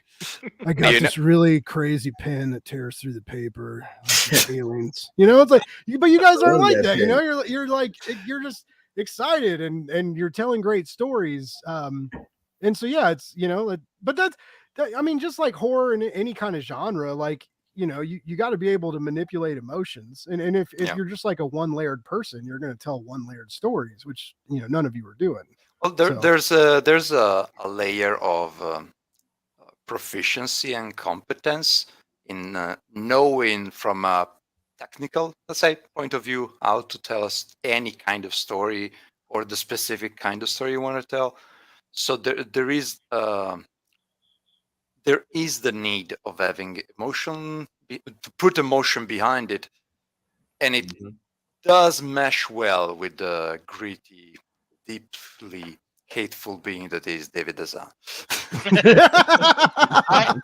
But like I gotta say, and I've said this before, these characters really like they write themselves. I'm just like I'm like the holding the thing with the Ouija board, and they just do their thing, you know. There you go. He's channeling. Well, you brought like a whole new spiritual element into the mix. And we got the secret right there, Ouija board. Oh man, we're going full supernatural. Full supernatural. We got a question. Oh, we got a question. This finally, like I always want the audience to ask questions. Like this is awesome. A good question. All right. So Matt Harding, who's also awesome artist in his own, great guy, great comic guy. If you were to join up with Robin Hood and be one of the Merry Men, what would your nickname be? Oh wow. I mean, there's only one character in the Merry Men with a nickname, so I don't know how to answer this question, but I'm sure you guys gotta make up one. If he's Little John, who are you? Little John. Little John. I'm Small Big John. I'm Small Big J. John. What's up? He's Small J. Yeah. Oh man. I'm Big Black John. Everybody's just gonna be a John. Didn't Jamie Foxx already do that? He's Rock John, Harry John, Beard John. Maybe that's you find out in volume 3 because like Will Scarlet's been dead for a long time. Now you find out that they're all just named John, all the Merry Men. So that's why they murdered him in the beginning. They're like, we can't have any Wills here. I'm so sorry. Like you gotta go. Like you gotta go. Like that episode of The Simpsons. Like, in death we have a name. His name is Robert Paulson. Everybody's Robert Paulson. Oh wow! Oh, the mixing of quotes. Impressive. Impressive. That's funny. That's a good one. Sorry, Okay. Matt, we are unable to answer your question at this time. Please return that's for the the best release question. of Volume 3. Johns. All Are we Johns. gonna have cameos or of everyone in the crew in Volume 3? Just like I mean- dead merry man somewhere. I mean, I almost wrote you into volume 2, Luca. I was like, which of these Italian characters should be Luca? What? I know nothing about this. Oh man. I was pretty close to putting it in the script, but then I thought, you know what? Let Shane Wait! I don't hear you. Wait. Repeat Oh, that. What you What said? happened? What Your happened? You mic's, went out. your mic's I- running awry. Oh no! Hold on. Oh, you're back. You're Let me- back. You back? Okay. Wait, All right, you were what did about to say? put checking. Luca in, but you changed your I was mind. about to put Luca in, and I thought, you know what? Let's just let Shane do his thing. There are a bunch of Italians in this doc, and I was like, but I just let things be. But translation great. credit to Luca for there was a page in At the end of the book, there is issue something. 10 where the sheriff's asking for directions, and the dock worker just like spouts insults at him, and Luca kindly translated it into Italian. And I was I like, have the I'm not utmost putting- privilege of Yeah. having I'm not- insults written in a comic in Italian, and I wonder if I'm the only one. How I many other? decided I'm not gonna translate this, because if the sheriff doesn't understand, the reader can either Google or not Google. That's up to them. It's part of the experience. Yes. The reader must subtly suppose. Oh man. I did love that though. Where he's like actually in English, and he's like, okay, English, this ship goes this way, this ship goes that way, and I was like, oh man, like I totally like that attitude. Really sung. Like it was a great way to end the second arc. It also like I mentioned earlier, where it was like the end with an ellipses, and it was like, obviously, like we finally know who the fucking protagonist is, because I mentioned that in my early reviews, how like fucking gutsy it is for a writer to play games with your audience, to where like, yeah, like, oh, I thought Robin Hood was the hero, but he's not, right? And you pull us back and forth with that, you know, like it was a really like a sign of great writing, not to like lift you up too much, David, I love you, but you know, like I don't, you know, I Take it. Give me not to like just carry Lay it it on on my thick. shoulders into a parking lot comic book battle, but I will would. be the one, the boxing kangaroo on your shoulders. It's fine. The lore is expanding. But I mean, like that's crazy. Like when you take creative writing classes, and or you know, like I was an MFA, you know, kid, and I used to write short stories and stuff, and like, you know, like they'll yell at you for that shit. They'll be like, no, you have to have a protagonist and an antagonist. You can't not label, you know, you can't play games with your audience. And David said, listen, yes, you can. And yes, I will. And it worked. And finally in volume 2, the line in the sand becomes more clear, right? And we're like, okay, yes, like this is the protagonist and this is the antagonist, and Robin of Locksley is a fucking prick, right? He's a racist prick. And we we weren't told Making him that story, racist right? is Like big. that Making Disney racist cartoon, that fox was a good person. that fox was not an asshole, right? The sheriff was bad, and you know, like, and in Prince of Thieves, right? The sheriff was like, he was always like, I'm gonna carve his heart out with a spoon, right? He was like, because the spoon will hurt more. And Brian Adams was like, everything I do, and it was just like totally confusing. And David Hazan came out and was like, I'm gonna fucking throw you guys for a loop, and he did, and so like. It was very intriguing from a reviewer standpoint of like, I don't know who to root for. I'm legit confused. And you played that game into the second arc, and it worked. And I mean, like, you're just, I mean, I guess what I'm trying to say is like, David's just a really good storyteller, and a lot of people could learn from his, you know, majestic means, I guess is what I'm trying. Does that make sense? I guess. I don't know. I mean, we all know the real protagonist is Marion, right? I'm not biased here, right? But like, I think part of you, it's a kind of an undeniable part of the inspiration for this is Game of Thrones was huge, and that is a story without a singular protagonist. Yeah. And I was like, well, if George R.R. Martin can do it across, however many books there end up being, depending on what gets finished before, he leaves this world. Right. Then I can do it in 5 issues. It's fine. Shout out to everybody who's just all over David in the chat right now, like As they talking should. about how sexy They love him. he It's is. it's Stoney's Stony. talking about how good he looks. He's such a good storyteller. It's my show. It's my fucking show, guys. I'm the one who made this. Hey, you talk good about me too. I'm just kidding. No, David's a sexy, wonderful, talented motherfucker, and I'm shocked. The 3 times, guys, he's come back to Blake's Buzz 3 times and dealt with my bullshit, and it's just like we're friends. I want the lead back, man. I want the lead back. I think Well, you the got one more. I'm gonna have to go over to Charlie Stickney and just like fight him instead. You and Charlie should just come on for a weird random show for both of you. Like I don't know why. Well, I don't know. I got a book coming out from his publisher next year. So well, there we go. That's a whole year. Who knows what's gonna? They'll probably cancel me by next year. Who the fuck knows, man? They better not. I work too hard. And Justin does not get enough credit. He's a really great letterer. And it. You know what, Justin? I do.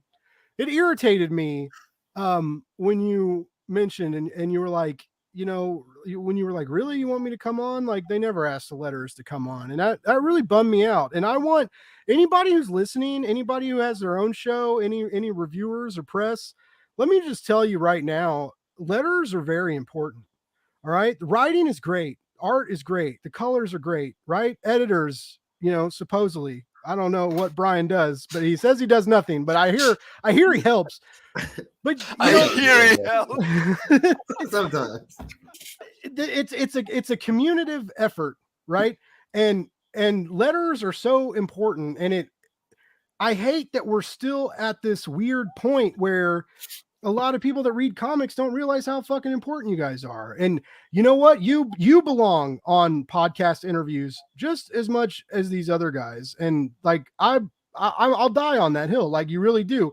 And I'm glad you also decided to come put up with my bullshit and fuckery. Because it takes a strong soul to do so, Justin. But I'm just, that's just my thoughts. Like you belong here just as much as everybody. You help make this comic amazing just as much as everybody. Without you guys, working in tune as a well-oiled machine, you can all have great ideas. There can be a great script. You can have cool character designs. You can draw. You can make absolutely fucking nutso colors like Luca does. He's like a fucking dream world over there. I don't, but when it's you guys coming together, like not one of you could pull this off by yourself. And it's the communicative effort of comics where the magic happens. And so anyways, that's my thoughts. Sure. Justin, I gotta Justin, speak to that here for a second. Like, is that I'm always really hesitant to bother letterers by being like, you should come on this show with us, because I really am acutely aware of like how much, like 2 hours is what, like you can letter a comic in that time. Like, just like, I don't. Yeah, you can either letter a comic or be on Blake's Buzz Live. Whereas the expectation is that Shane and Luca will come hang out. I don't want to like steal time away from Justin that he could be making great comics. Well, first off, I'm going to thank everybody for the compliments. Even though Stoney, I believe you're contractually obligated to say nice things about me. I like to let's sort of temper the expectations here a little bit. I'm mediocre at best. So let's no. We're not having that. We are not. Not today, sir. He's so humble. Your name is on way too many comic book covers, humble. dude. You are on so many covers. I've seen it. Oh, covers is a good point, because when you were speaking, it immediately clicked with there is still the old idea of the comic is made by the artist and the writer, and they get the cover names. Everyone else is along for the ride, which is quite an old way to look at comics. Mm-hmm. It's an heritage we're still having in Italy. Is fairly prevalent. I can attest to that. We have cases where the original cover of Marvel comics, I don't recall if it was Marvel or DC, had the name of the colorist and other teams members, and they were stripped, and only the writer and the artist, or even just the writer, was left. And the latter are the ones that are getting even shorter stick than we are as colorists. So when I got to see when you got to see the first edition of Nottingham, I was thrilled to see that all four of us were on the cover, and I had no expectation of that being the case.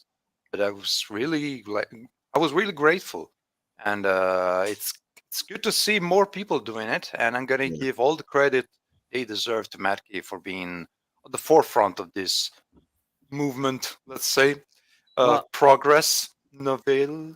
I gotta say that like it's complete bullshit, because when I got into comics, I went with my full name, Shane Connery Volk, just so there was only enough room for me up there. But somehow they had to fucking pare it down to get 4 names on there. I'm like, what this is bullshit. This is bullshit. How many more names do I need? This is how many more names on the cover.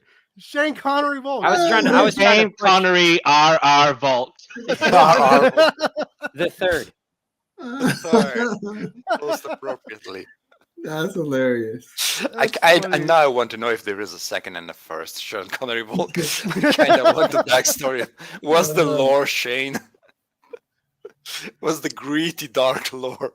Well, it is, and you know what? It is a thing. Like, in all honesty, like, of course, it's self-explanatory that like a comic book doesn't get made without literally the entire team, and like everybody from editors, even going beyond editors, like everybody in that company has to do their shit right for those books to come out. But then when it comes to the creative team, of course, like I feel like in this world, and it's always been this way, where it's like people like to boil things down to the simplest, typically the dumbest questions. Is like, oh, do you like Marvel or DC? Who's more important, the writer or the artist? Or like, do you know what I mean? Like, people like to boil down to the shit, but you're like, well, the answer is, yeah, it's self-explanatory. It's like, well, I like comics from a bunch of different companies, and you can't have a comic book unless a team comes together to make it happen.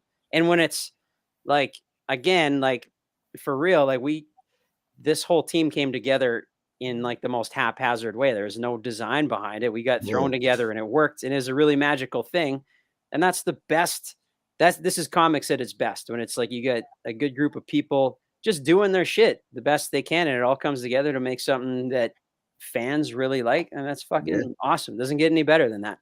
Yeah. Well, my next question was going to be if you guys like Marvel or DC, but I guess I'm that asshole now. But no, I love that. I think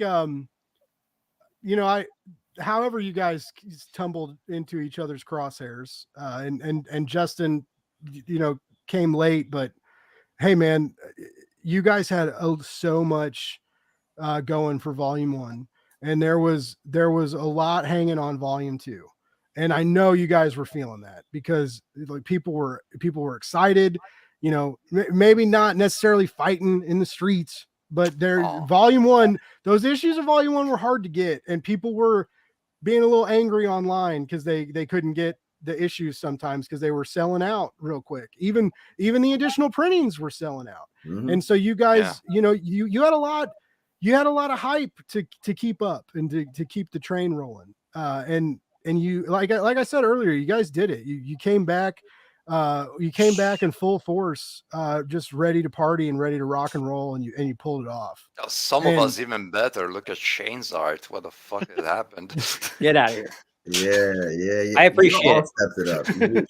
Yeah, I mean, you guys all took the story to, and that's the thing with, and speaking from like an outsider observer, as editor and reader, right? Like, you coming in for how is that an outsider perspective? You are a crucial element. No. Like, because he has to take a step back to criticize us. Okay. Yeah. So like, because I'm not really part of the initial creative process. I'm there to support, what story is being told.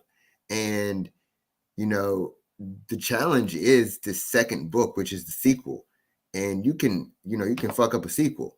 And so you always have to kind of go in with idea like, okay, from an observer and the reader's like, all right, here's the sequel. What is it going to be? And, this took the story to another level. It didn't a couple things you don't want to do is you don't want to retell the first story. You want to evolve the characters. And you want to, and when I talk about evolve the characters, even the look and the feel and the atmosphere of the characters should evolve. And Shane did that very well. From what's written to the art, to the colors and the dynamic of like the mood from the settings, like it's all there. And of course, I will add in, when you get the finishing touches of having someone as prolific as Justin, it's all there. So this book literally did. It's true, Justin. You are prolific. That is my word for you. You are prolific, and I believe that. And when you take that book one and you look at book two, you can see how it literally did evolve. It stepped up. It raised the level. So now the expectation, of course, is, hey, if this is a trilogy or if this is the third one, then there's another level. And so the challenge now it's gonna be shit. It has to be good shit. We're done with number 2. We did the best we could. Now we lucked out twice. We're not doing it a third time. But now we're done. You saw the good stuff. We're done. Bye. That's it. We can't top that. I mean, I took all the lessons from Empire Strikes Back. Almost inarguably the best sequel of all time, right? Maybe Aliens and Terminator 2 get a look in, but like Empire is where it's at. And I was like, just taking the logical cues from that. I was like, George Lucas had no plan whatsoever, but like as long as you build on the characters and change the status quo instead of leaving it in sort of TV land where everything stays the same at the end of every episode and every season. Like you're bound to challenge your characters. You're bound to end up with something good. The other thing I will say is that like the whole noir thing really helps because like and also hinders you a little bit, but you have characters who are just stuck in their cycles, and you have to say, okay, well, how do I develop this character who is just perpetually stuck in the same loop of behavior? And one of the answers is you just go bigger, and that's what I decided to do. But I think with Arc 3, I'm going to go bigger, but also like bring it in real close as well. Nightmare in Space confirmed. It's going to be very personal, but also in space. So you're saying, and you're also, so for a trilogy, then you're going to bring some Ewoks in for the third part. Yes. Ewoks and hack them up. Start hacking them up. They've been in Sherwood Forest for a long time. It's just going to be Marion in a metal bikini for the first half of the film. So. Oh my goodness. Oh no, please. You got my money. You got my money, baby. I can't wait. And I was reading again, going back to the legacy thing, right? Like, so I was reading that issue 1, and and I was looking at like there's this one scene, and I remember reading it in the script, and then seeing it in the art where the sheriff, where he's leaning in talking to Marion, and like he's real close to her, and it's almost like he's like he's kind of disrespecting her space. Absolutely, yes. And she goes hard with him, and she like grabs him, like literally grabs it by the balls. For the balls, yes. And I remember like, yo, like this is okay. I want to see where this is going, and I feel like that really just set Ev up and it set Marion up, because I feel like they are, as much as Robin is an antagonist, and you thought he was going to be a protagonist, I feel like, you know, to me, Robin is like the side antagonist to Marion, and I'm waiting because Ev kept going at her.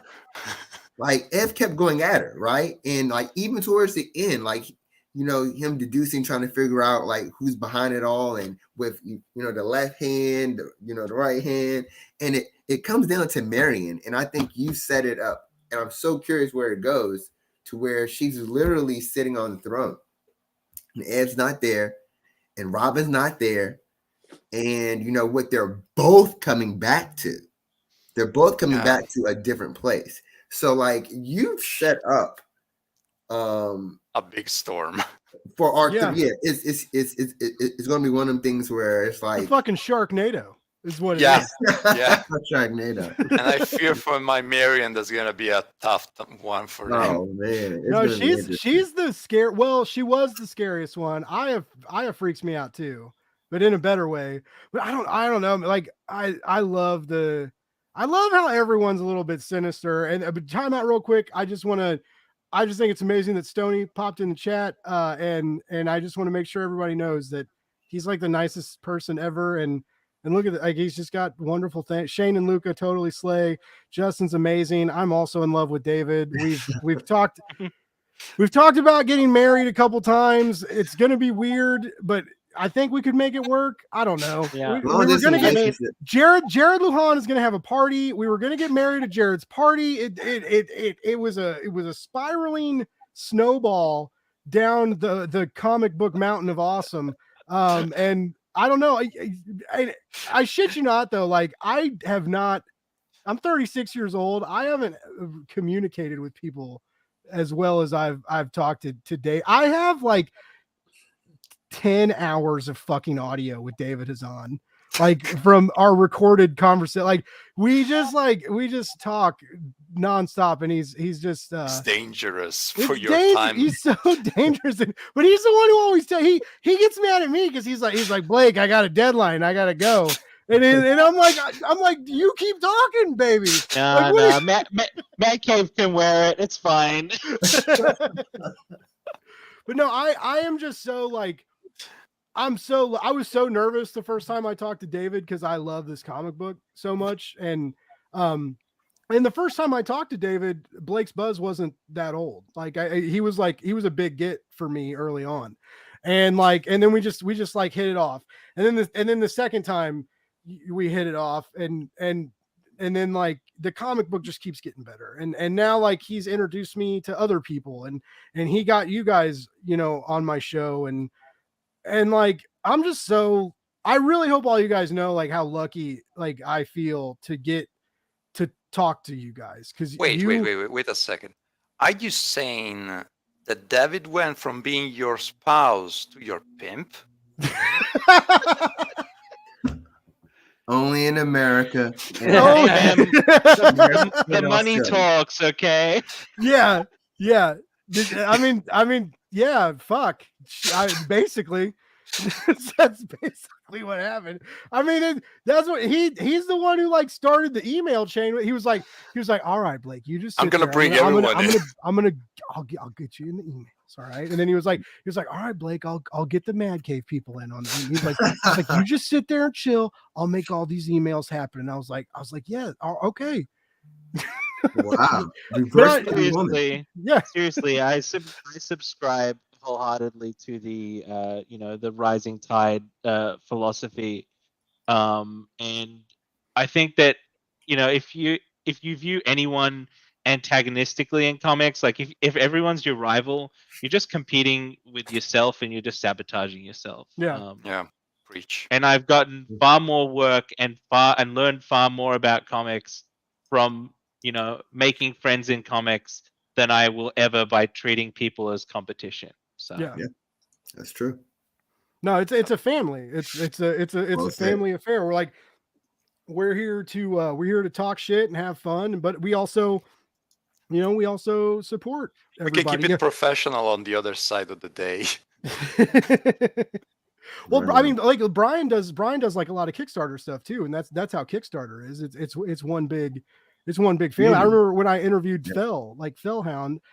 Shout out and Ringo time out. nominated. Yeah, Fellhound. everybody should. Yeah. If you can vote for Ringo's, you should vote for Commander Rao, because she deserves it, and that would be so cool. But that's what Fell told me. She was like, it's just we're all friends, and it's everybody's passing around the same $20 bill, right? Like we're just all like excited about each other's campaign, and there's no competition. There's nothing that's like, oh, like I'm Marvel and you're DC and blah. It's just like oh, your comic looks cool and I'm excited to read it, and oh, you think my comic looks cool, and I'm like, that's what I love about like Kickstarter in the indie comic community. And yeah, and but I also know that there's I'm sure there's a lot of people that are jealous in Nottingham. I would be like, it's you guys are. I hope not. You guys are hot shit, baby. Like you're the rising tide. You're like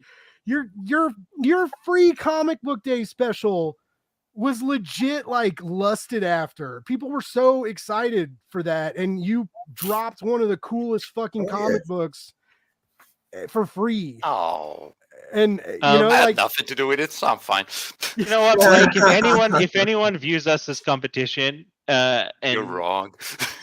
All they have to do is be brave enough to like shoot me a DM and like ask me for advice, and I'll give them advice. I'll give them help. Hell, like a couple of weeks ago, I shot Brian a DM asking for advice about pitching and stuff. Like, it's just. It's just the world is so much better when you just work together and lean on each other. Yeah. So you did the same thing for the MadCave competition. You told everybody, you were like, I'm limited to what I can do, but I could offer you, I could give you some pointers and some advice for your pitches and how it worked for me, basically. And like I thought that was really cool too. I mean, you've all been you're all very humble, which shocks me because you're all super fucking talented. I mean, for real, like, I mean, Brian, an editor's job is tricky. You're, I'm sure it's hard to be so hot. Yeah, right. It's just like it's hard to be sexy Black John, right? It's hard. Be Black John, man. Be Black John. But yeah, I mean, like you're working with a lot of talented people, and I feel like sometimes there would be moments where you'd be like, all right, I want to say this, but like, no offense, but that's part of being a good editor, right? Sometimes you got to like lay a hammer down. But it's not like that so like I've had to do that, but it's really has not been like that with them. Like my editing with this team has been, in my opinion, very light, and it's very light because they are like they're really good at what they do, and the story really is from script to art to colors to letters to the book design, which then is way out of my hand, but I get to proof it. But it really has been light, and just going into editing in general, it's important to have the mindset that it's not your story, that that you're not supposed to put your hands on it for it to become something that you think it should be. The story has to be that team's, and you're just there to support that team, and you're there to support the story and help the story be what it's supposed to be for the team. It's not easy. in some instances it's not. One of the biggest things is the ego and you wanting to like say, well, what if you did this? But with Nottingham and what you guys have been doing, it really has been, 100% less of a challenge to want to say, well, why don't we do this? Because I've been a fan, and that's the interesting. I've been this huge fan reading this, from the first time I got the script, and while being a fan, I had to say, okay, I had to make small judgments. I call them small judgments to say, like, okay, does this work or does that work? But that's so light because you guys have done such a great job of caring for the story and being good stewards of the story. And that's what a creative team is supposed to do, be great stewards of the story. And you guys are exemplary in that. And I mean, when I say I'm riding your coattails, I mean it. I feel like I'm riding your coattails. You guys are great. That's They much appreciated, man. Yeah. It's Thanks, true buddy. words. It's true words. Yeah. Just- I'm not I sure know- if it's I just know, a matter of ego, but there's also the part of your preferences and what you think is the best thing. So it's not just, oh, I'm better than you as a writer, Right. so I'm giving you the up-down look and saying this is right. But it's just a personal touch to each editor. So it's not necessarily a question of ego if you request an edit or you should actually suggest an edit. So Right. there's- You're 100% because in that you have your preference, you have your bias, and when I say ego, I don't mean like it. Right, you're absolutely right. It's more about like who you are, in that persona, right? And that can easily, especially when you're outside of a story, and you have the ability to kind of mess with the story, that can easily, if you're not, in my opinion, if you're not a decent editor, you can easily kind of jump in and try to tweak and change just because you can, or just because of your preferences, or just because it feels better to you. Yeah. Exactly. So Yeah. it's always been important to me to allow for the creatives to really tell their story, and for me, again, I've said this before, to just be able to support the story that you guys are telling. That is my job, and if that means that I just read it and I'm just like, that's good, and I know it is good that way, then that's all I'm supposed to do. Yeah. So, and That's awesome. That's cool, Guys, man. Well, hey, real quick. I know it's getting late, and Justin needs to sleep. Because lettering greatness needs rest. He's got to get that refuel. Justin, the king of lettering, Justin. the king. Birch. Yeah, the king. Keep pushing every time we mention him, even higher. Oh, Lord of mankind, Justin Birch. Justin, real quick, bud. Like anything you're working on that you want to shout out, or any new projects on the rise that you want to remind us about, or anything like that? I'm trying to think. Yeah, so many. Yeah, it's, you know what? Just follow me on Twitter. Just follow me on Twitter at Justin Birch. I'm every once in a while I'll retweet something I'm working on. That's the best way to do it. All right. Hey, we'll see you there, baby. Like, thank you, Justin. Thank you so much for coming on. Like, I really do. You're an awesome letterer. I always, when I see your name on a cover, I know we're in a good place. And I'm really glad you came into the Nottingham world and joined this team. And I really appreciate you coming on my show. And hey, I just think you're a cool dude, basically. Yeah. It was cool to have you in this room together for a first all time. Of us agree on that. Yeah, it was great to meet, man. It was great to finally meet. Yeah. Actually, you know what? Now that I've thought about it, real quick before I go, a few of you guys are going to be at New York Comic Con, right? Yeah. Yes. David is. So I'll also be there. Yes. All right, there we go. All right, on. 4 of us who are going to be at New York. Yeah, David's about to do a U.S. tour. We're gonna FaceTime you, Luca. Yeah, we're gonna FaceTime you together. Bring me like you're gonna get up at 5 o'clock in the morning again. That's the point I was thinking. Oh, we're gonna FaceTime when? Doesn't matter. We're just gonna do it anytime. Surprise. But yeah, we'll be at New York, dude, for sure. Yeah. Then Alright, I'm sure I'll run into Have you a guys drink there. on me, guys. That sounds good. Oh, we'll have more than a few, buddy. Lots of whiskey down in New York. A whole lot. That's right. You're coming prepared. What the? Brian and I have been drinking. I'm drinking this whole. Yeah, this is really me though, but I've been drinking. Okay. All I'll see right. you guys later. Take All right, care, Justin, Justin. Thank you so much, man. Cheers. Great seeing you, brother. I know it's getting late, and so if you guys want to go, too bad. Getting early, you mean? You've seen the Three more sunrise out hours, there? right? Blake? Yeah, 3 more yeah. hours. David and I go for 4 hours. Seasons in all a right? movie. No. But real quick, I don't know how to give these away.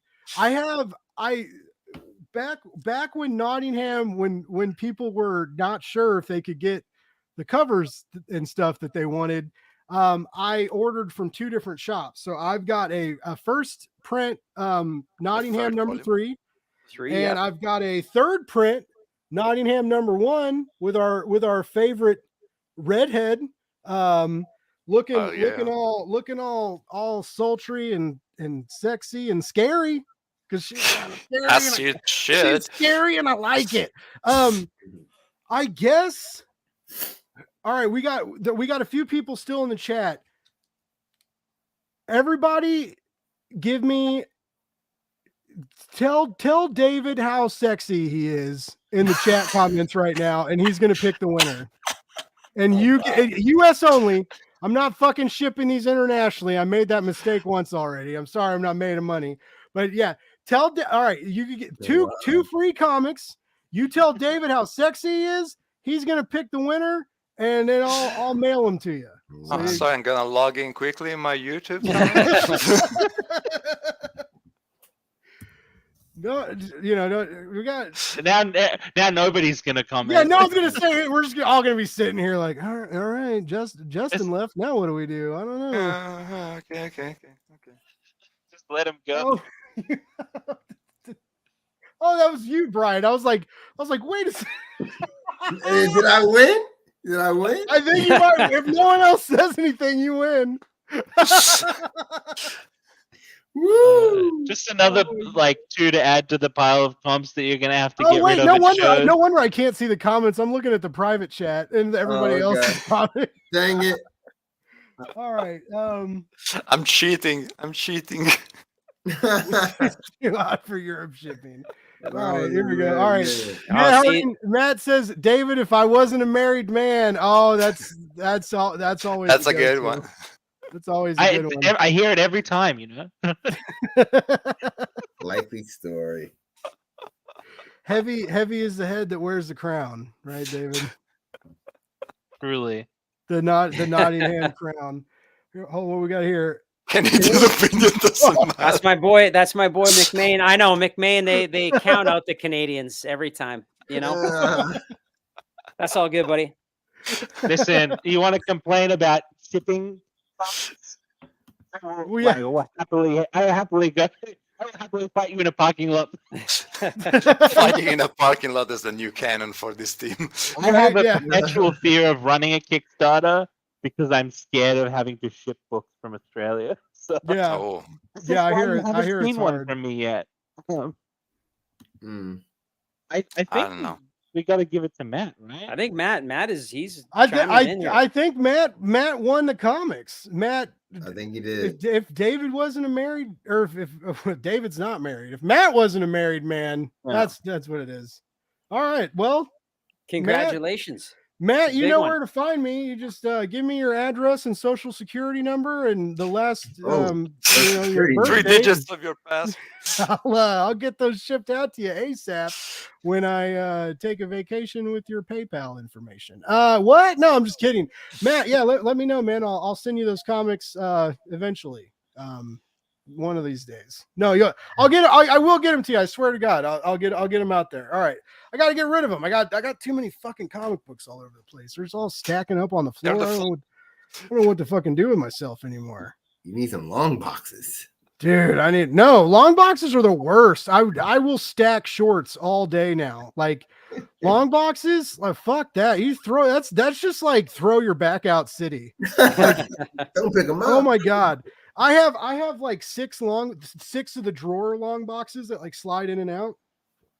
First of all, they suck. Like they're just like, don't ever do those. But when you like need to get you're like, ooh, I need ones on the bottom.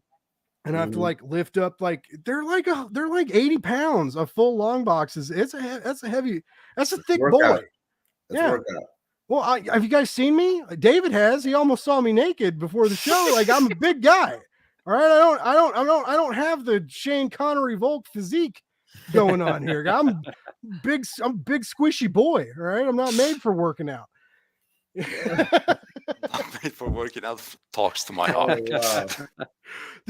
I'm too tired, man. Like fucking Blake's Buzz stuff is too much work, man. After that, I'm just fucking sleepy. Like I don't have enough energy to go around. That's understandable. Yeah, Luke is like, it's 6 o'clock in the morning. Like, man, we get to share the dawn together. I'm up. Look at the sun. Arc. There is a history arc from the beginning of the stream to the end of the stream. There's going to be the sun rising behind me. That's good. That we need a character arc for the right. Yes, this is my character arc. It's good. Like, we did the job right. That's great storytelling. That's great live streaming. Maybe I don't know. This is just for flat Earth theory confirmation. It's not a theory. It's true. What are you talking about? Exactly. It's flat. It's flat, guys. It's flat. Are we really? It's flat go and it's there made right of now? comics. Yeah, it's weird. Like, whoever thought that? Have you ever been like when you go so far, it just stops. Earth just stops. That's it. I'm kidding. I'm not a fucking wacko. I swear to God. I don't believe it's a triangle. Weird shit. It's a triangle. It's like the Pink Floyd album. Like that's Earth. That's the real Earth. There's a cool rainbow shooting out of Earth's triangle asshole. That's what it is. Oh, here we go. What's this? That's a good question. I don't even know if you guys can talk about that because I've heard stories, but I'm not going to say anything unless keep your eyes peeled from an announcement in the next couple of months. That's a great answer. Yeah. Three is coming out at some point in the future, but also keep your eyes peeled for an announcement in the coming months. Yeah. My whole fucking existence is talking to you guys, and it's like, anything else you guys want to talk about? Well, right now, no. But like, no. When this episode airs a week after that, I'll have a huge announcement. You just should have talked. One of us has a comic book that's still coming out. Hello, Mr. Brian. Yeah. Oh yeah, Brian's. Mm-hmm. Brian's got a second issue and a Kickstarter coming fairly soon. Oh, yeah. Hey, it just did you forget? You're like, oh shit, yeah, damn. You're talking about me. No, we got Black Cotton's coming back, and we're switching it up. It's going to be colored, and then you got Vineyard, second issue of Vineyard coming out. What, 2 weeks, 3 weeks? Next week. Fuck. Yeah, buddy. Dude, I gotta. You know how hard it is to review comics and do podcasts and live streams? It's fucking ridiculous. It's just as hard to make comics and read comics. No, it's not, David. It's about me. My life is hard and yours is easy. You just sit on your fucking Nottingham throne and people throw panties and underwears at you, and they're just like, love everything about you, your great beard. Panties and underwear, David. Panties say and all these smart things. That was just you. That was my like, hey, why are you in this live stream an hour early? Sorry, I'm flopping dong around. No, my dick was not on camera. It was just like I was just. Thank you for confirmation. That was not maybe one day. Like I hear that OnlyFans works out for a lot of people. I don't know. Well, you have to work hard at promoting it. That's true. And then you're going to complain you have to promote it. Yeah. So we'll be back here in a few months. Fans.com/BlakeButt. I'm about it. Someone stole it already. Too late, sorry. Well, hey, Oh, I'm gonna have to bounce out of here pretty quick. It's been a fun 2 hours though. It No, has, man. Like, Hey. I got Great guys. seeing you, brother. It's getting late. Let's I appreciate all of you. Like, this was super fun. Yeah. Let's I wrap want it up. I want everybody to tell everybody where to follow. I just want to make sure all our listeners know where to keep track of you guys at. Shane, where's the best place to keep track of you at, and all your music, your art, whatever you're doing these days? you can Shane Connery Volk is what I'm at in most places, like Instagram, Twitter. It's Shane Steve Volk. You find me on there. But I got ShaneConneryVolk.com is my website. The band is called One Bad Son, so check out OneBadSon.com, and we're all over everything: Spotify, Apple Music, all that sort of stuff. And I'm super easy to find. So just Google my name, you'll find all my shit. Very cool, Shane. Like, good at branding. Thank you so much for taking time so much, out of your day, man. Yeah, Like, and it was great to talk to you. I will see 2 of you in a month. Luca, one day we'll see each other. We'll see each other. See you in New York, brother. See you in We'll New see York. you guys in New York. Cheers, you guys. All right. Love you all. Ciao, man. Awesome. We'll see you soon. See you, Shane. Love you back. Peace. Peace. Peace. Well, that's gonna be a wild time. Yeah, like, it's going to be crazy. I'm thinking of doing an OnlyFans to get a fucking New York ticket. Like, I gotta get out there, man. Like, it's gonna be crazy. Gonna check the prices. I outed Yeah, my Luca, good come on, friend Luca. and editor, Gary Proudly as being an enabler for the convention drinking a couple of weeks ago on this show. But what I will say is I feel like Shane is probably going to be even worse. Can't wait. no, I feel like all you guys together would be a good time. And also just call Luca no matter what time it is. Like, when you guys are hammered. Do New York bars stay open till 3? Like, I'm actually looking Kansas City, forward to that now. I can call Luca. I can tell you. He's like, I'm gonna turn my phone off. The first bar we're at, I mean, like this. Hello, Luca. You motherfucker. It's happening immediately.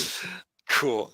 Okay, I can't wait. The first drink we get, I mean, like, yes. I'm looking forward to that. Luca's like, oh no, I got a new phone number and forgot to tell you. What kind of TV You telegram? don't know who it is. Like, oh, I know who this is. There we go. Tom Slay says MadCave needs to fly Luca. Yeah, like, just put that in the budget. Get him out here. That'd be sweet. No, it'll be some time. I mean, I've had so much fun talking to you guys. I couldn't imagine, like, being around. You guys probably wouldn't talk to me anymore. You'd be like, I would be like too excited. You guys would be like, God, we gotta ditch Blake. I know we told him he could crash in our hotel room, but we gotta get rid of this motherfucker. Like, guys, this was so cool. Yeah, that's cool. Brian, we kind of talked about you already. You got next week we got Vineyard coming out. The Vineyard issue 2, yes. And when is your next Kickstarter going live? It's soon, right? You know what? We haven't officially said the date, but I can say it officially now. It's going to be September 27th. We're going to be dropping the Kickstarter exclusive edition of issue 1 of volume 2. And then the rest will be going through Scout. Okay. In 2023. But we just wanted to do something special. We have a couple metal covers coming with it, so it's our way of introducing the new arc and the new story. What about Act 3 of the comic that I always the Lunatic Glove and the Poet? Yep. Yeah. So I am in the next few days. I should have the shipment of Act 2 to ship out to everyone, so everyone have it going into Halloween season. And LLP3, I'm probably not going to return back to do LLP3 until 2023. Okay. That's going to be a 48-page finale. Ooh. So I'm still working my way through the end of the script. So he's not going to start on that probably until like November or December maybe. That's So fair. You got a Man, lot. You that's got a lot of shit going on. deceptive. That's deceptive, Brian. Why is this not a five issue 5-act series? oh, see, so I'll tell you why. Break my head. See, I will tell you why. I'll tell you why. I wanted to do 3 acts because of the 3-act nature of horror stories. And in that 3rd act, you always have the big finale and a big reveal. So I wanted to do 3, like a 3-issue, 3-act story. And I just wanted that last act to be big. And so I could say, like, it's a big 48-page 3-act. You know, Yeah, it's but just- like my brain is like, this is like based on A Midsummer Night's Dream. It's like Shakespeare's 5 acts. 5 acts, yeah, no, you are completely right. I actually toyed with that. You are completely right. I toyed with that. I We truly don't did. need reduce to hate you. I did toy with that. You are Spite. right. But I decided to go with the horror 3 act acts. 3 instead. Yeah. 3 is a good number. I subscribe to That that. 3 is a good number. I'm just like, three's a good number. I'm just a peasant. And also to stretch 5 books out on Kickstarter is Oh, it's insane. Ooh, that- It's that's gonna be yeah, rough. it's crazy. It's a little crazier. No, three's good. Brian, I'm excited, man. I love your writing. Thank you. I think you're a great horror writer, but I also love Appreciate I like Black Cotton is such a it's so wild and good and high tension and like breakneck paced, right? It's high drama with a great societal critique that I think a Yeah. lot of people need to read. Thank you. And so yeah, I'm excited you're coming back for that, and I'm glad. I think it's cool you're doing a Kickstarter deal too. But I'm glad Scout is sticking with you and being there for you too. Like, Appreciate that. You know, on behalf of the team, you know, it's not just me. Thank you for that. You know, and you know, here's the deal. Like, I'm, you know, I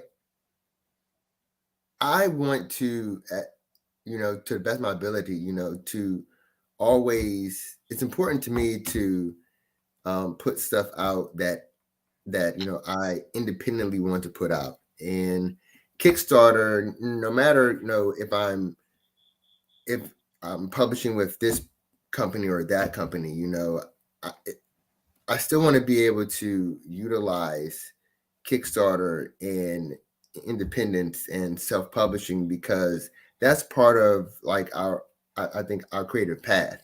And the world has opened up so much to where creatives have more control over their IP and over what they're doing. And, you know, and you see it from even publishers who are, you know, traditionally putting things into the market. They're utilizing Kickstarter. They're going this other route to utilize Kickstarter, because the world, it's funny because, and not to get on a soapbox, but like, you know, a few years ago, like the basketball world went through this evolution to where like it was a players league. And in my opinion, this, you know, the comic book industry is becoming a creators league. And that means, you know, writers, artists, colors, podcasters, everyone who is in please in any form of content creation. You know, there's so much ownership there for you, and it's up to us to take control of that ownership. And then we can partner with publishers. We can partner with other distributors and platforms for us to work together to put stuff out. And I think that's where everything is going. And I think that's a great place to be. And Kickstarter happened to be at the beginning of this, you know, of the curve. And now, you know, the publishers and everyone else is seeing how like, oh yeah, we can utilize this. And so I'm just a part of that thing where I recognize that this is a great opportunity and a great tool. And I can be a part of a larger mass of continuing to put out some things that I just want to put out that, you know, just I want control over 100%. So that's what I see Kickstarter as, and that's what we want to utilize this first thing for Black Cotton with crowdfunding, is just to say, hey, here's something that we want to go towards this audience and towards anyone else who wants to join in with us for this. It will also go here but we wanted to also be in this place as well. So it's a creator's world. Yeah. So let's all just enjoy it. No, and it's, I mean, Boom is doing Kickstarters now. Vault's getting into Kickstarters. We're about to do the Wasted omnibus for Wasted Space, which I'm really excited about. So yeah, it's interesting to see different people and organizations utilize Kickstarter for different means, and I'm all for it, man. Like I just want cool fucking comics. I don't care where I buy them. There we go. As long as I got money, like if I got money at the time, I'm gonna back your campaign. If I got money when the hardcover comes out, I'm gonna buy the hardcover. Like if I just want cool fucking comic books, and that's why I like you guys, 'cause you make cool fucking comic books. Brian, where's the best place to keep track of you online? Like Twitter, Instagram? Twitter Facebook? is at Brian L. Hawkins, and everything else, IG and my website, et cetera, is Brian Hawkins Writes. So just those two things. All right, you ladies and gentlemen, you better follow him. He's fucking doing some killer shit. He's in it. He's in it to win it. Luca, what about you, man? I'm so again, thank you so much. This guy got up at 5 o'clock in the morning to talk to me. Not just me, to talk with his creative team. I know you guys don't all get together at it's like always that, fun. but It's actually nice. I really do appreciate hanging out with these guys. It's very fun. yeah, no, you should do a show. You're fucking hilarious, and your accent and voice is like fucking ear. My accent's so noticeable. Yes, dude. I mean, like you're just I could just listen to you talk. Like I was like, you can tell me anything. I'll be like, yeah, okay, I'll do it. Fine. Just start yelling insults like that page. Just got to see. Okay, English. Get on the boat, you fucking asshole.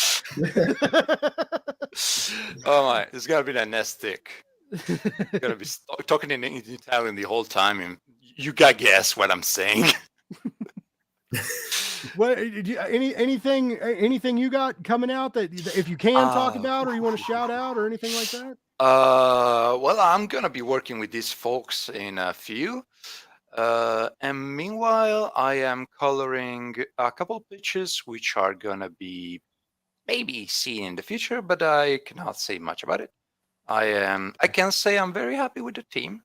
I have partnered up with some really cool guys, which I hope you will get to see more if things turned out the way we are hoping. We are in contact with some publishers, so we'll see. Cool. Fingers crossed, because it's really good. It's actually not a horror comic, one of them, for a change, and my mother is thrilled about it. So she's finally not complaining because there's blood everywhere. That's it. That's all there is I can talk about. And you can find out more sometimes somewhere when I lazily post something about it. You can find me as Malcolm Ock everywhere. It's written in the name because it's hard to spell, and I'm lazy and don't want to spell it out for you. No, you are worth keeping track of, man. You're the way you bring out an artist style and vision. You're so good, dude. You're so talented. I try really hard to match my work with the art, because it feels it's the best way to colors.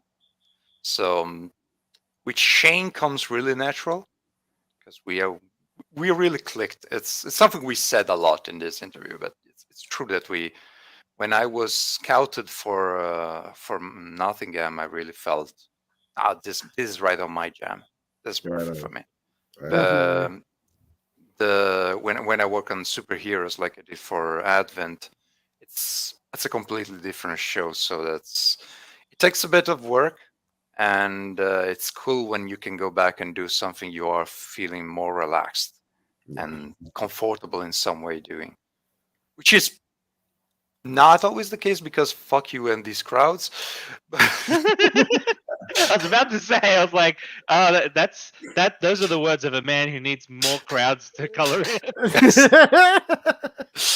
Because there is a little something I can say about the way I color is the base colors, the flat colors are something I spend most time sometimes on, because I go really detailed on all the little nicks and cracks. So in the scene with the warriors, the army lining up in the shore, each and every soldier has his little helmet and his little Yeah. outfit all colored out correctly, and it's all looking good.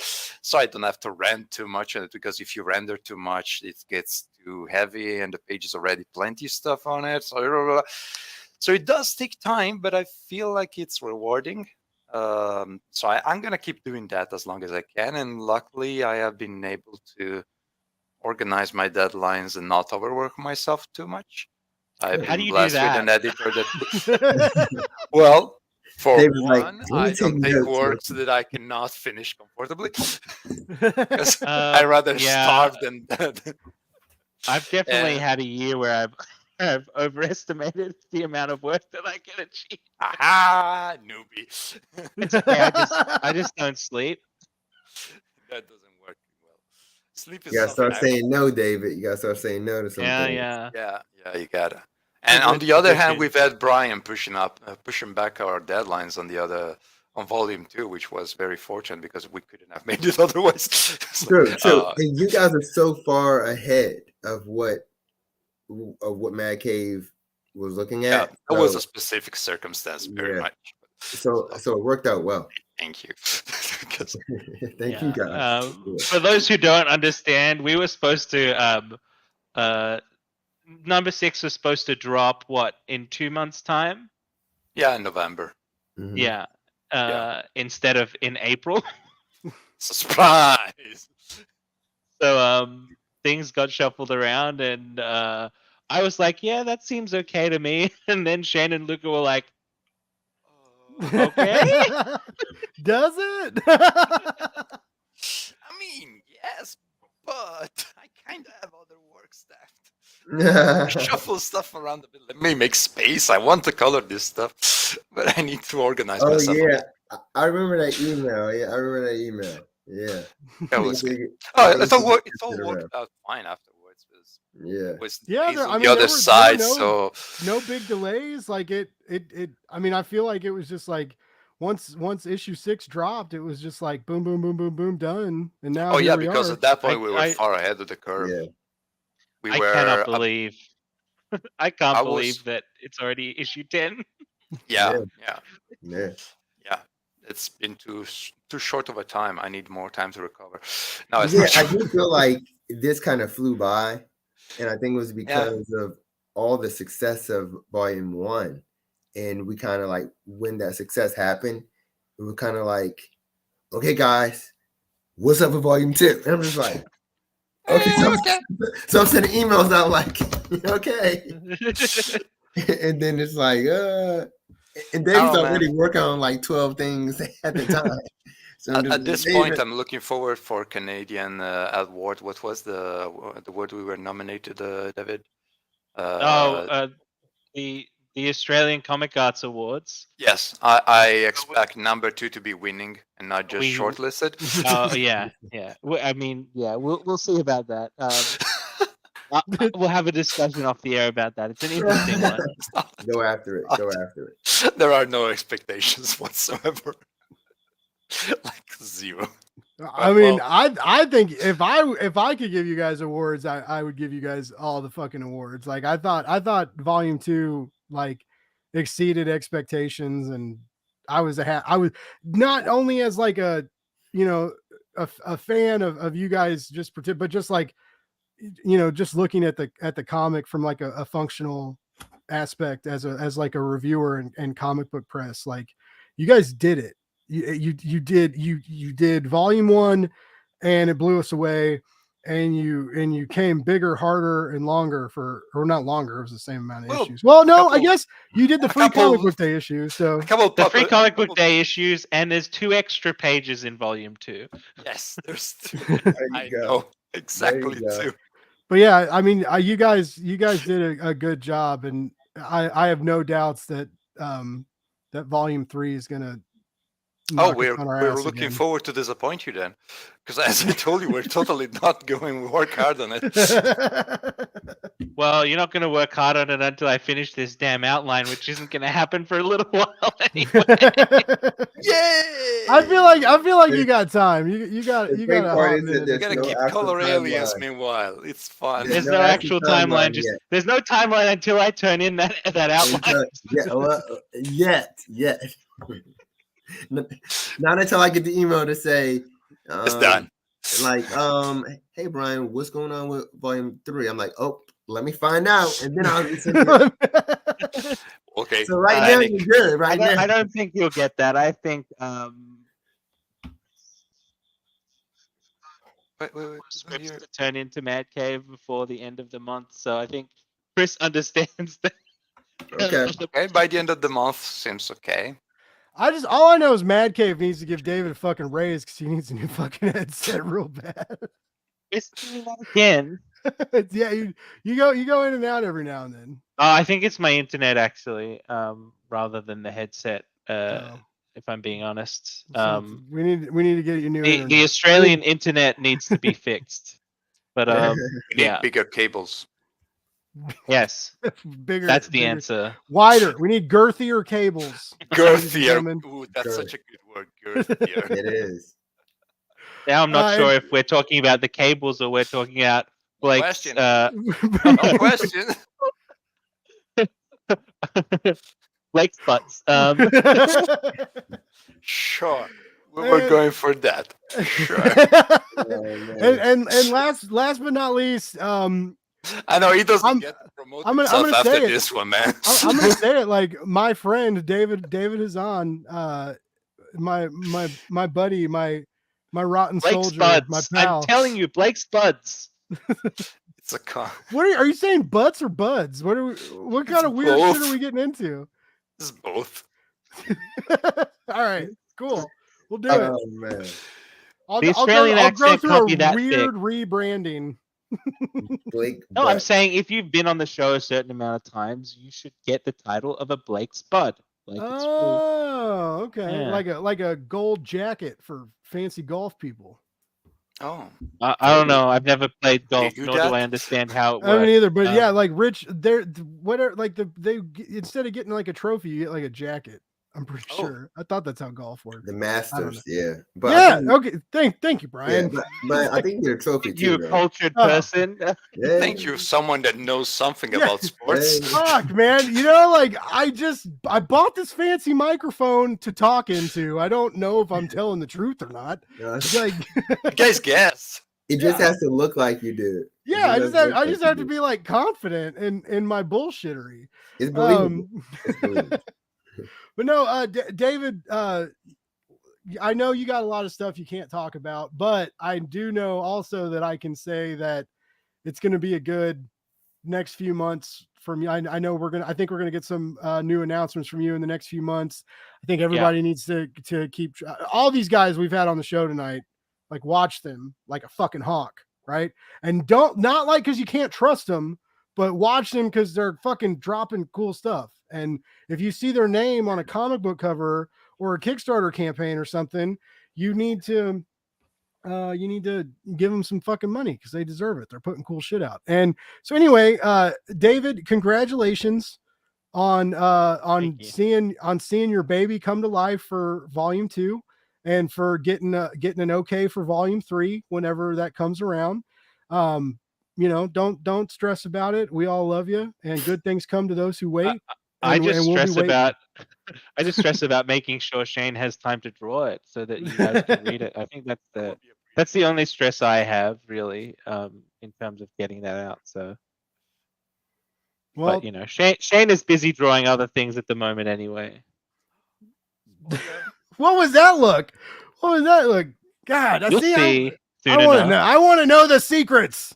Anyway. Um, But no, David, where you're mainly, I'm back. you're mainly on Twitter, right? Like where we keep track of you. Yeah, At, bud? so mainly on Twitter, at David T. Hazan, which you can see down here. I am This on is smart. Instagram, also at David T. Hazan, but I haven't started setting that my comics Instagram up yet. So I mostly get tagged by MadCave with my personal one, but that's fine. That's the one we all use, myself included. It's private, and like the warning is there. That's like like big bearded dudes in comics. Like it's the warning's on there, so it's like not. It's not exactly a secret. But and also at my website, www.davidhazan.com. Yeah, that's where I'm at. Good branding again. I'm the only motherfucker who has a hard name. But like your hard name is on everything. All of us have like slightly different on depending on the platform. Oh, Malcolm colors. It's only that. It's not that difficult. It's on the covers. I write Malcolm as my signature because I don't have a signature. My handwriting sucks. So and my name is you don't need good handwriting. Your color palette and your skill on that level surpasses any need. We need like you could fucking scribble on whatever, man. As long as your colors keep blowing my mind, you're good, baby. Like you're set. That's very convenient because it's not getting improved anytime soon. You should just make your signature like an orange square.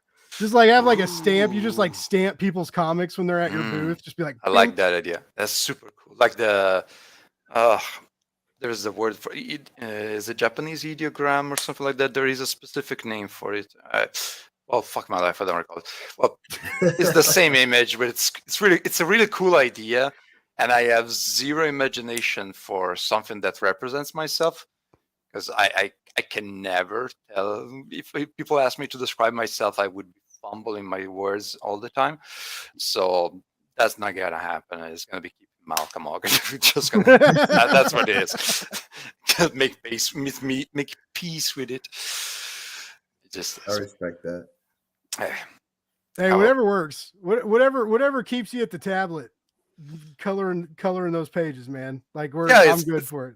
It's pretty much all people meeting. Well, I guess no, it's not correct in English.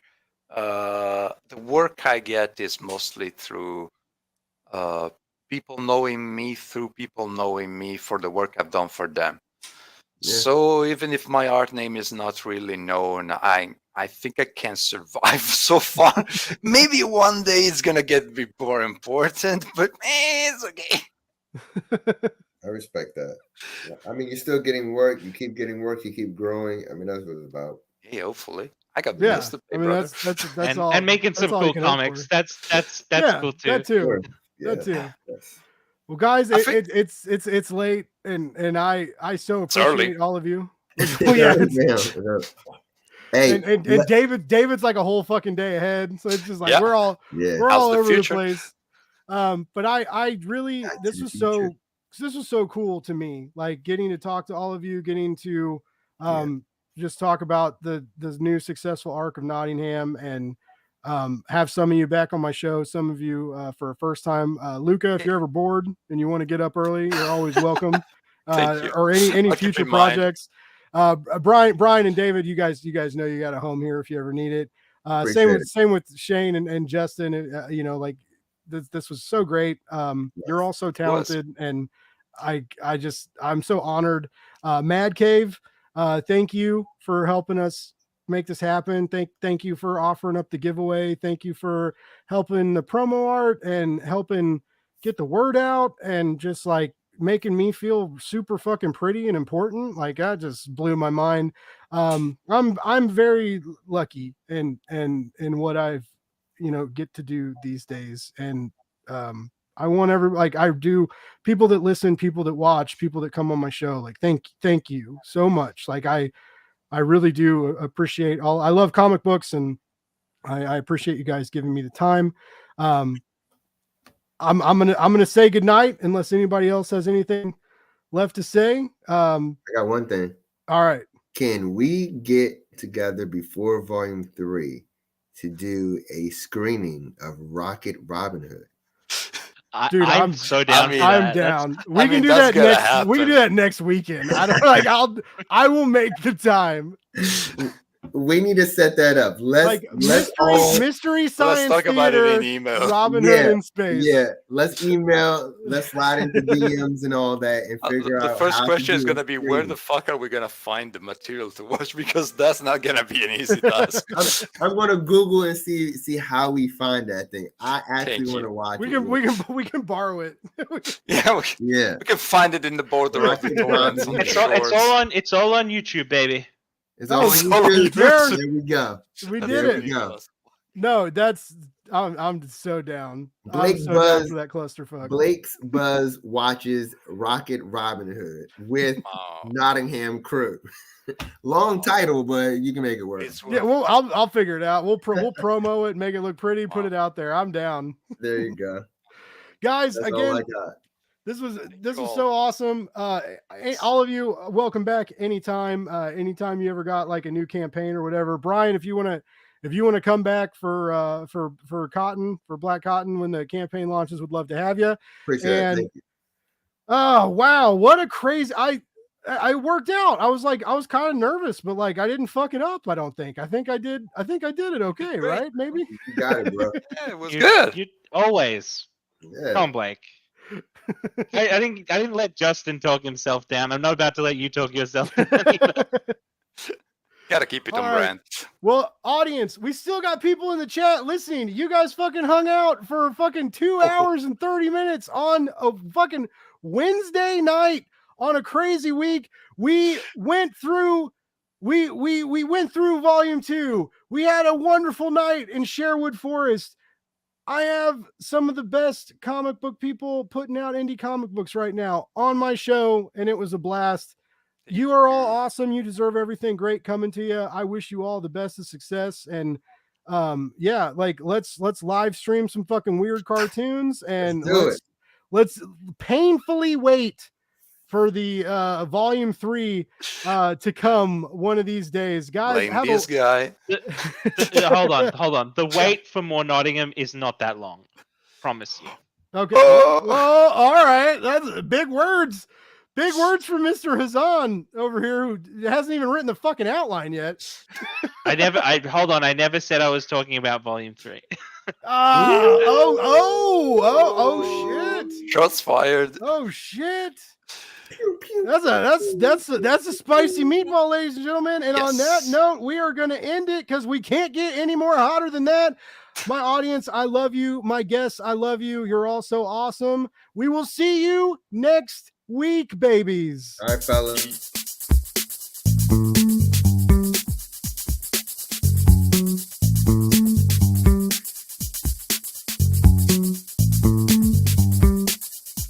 It's Blake's Buzz Live.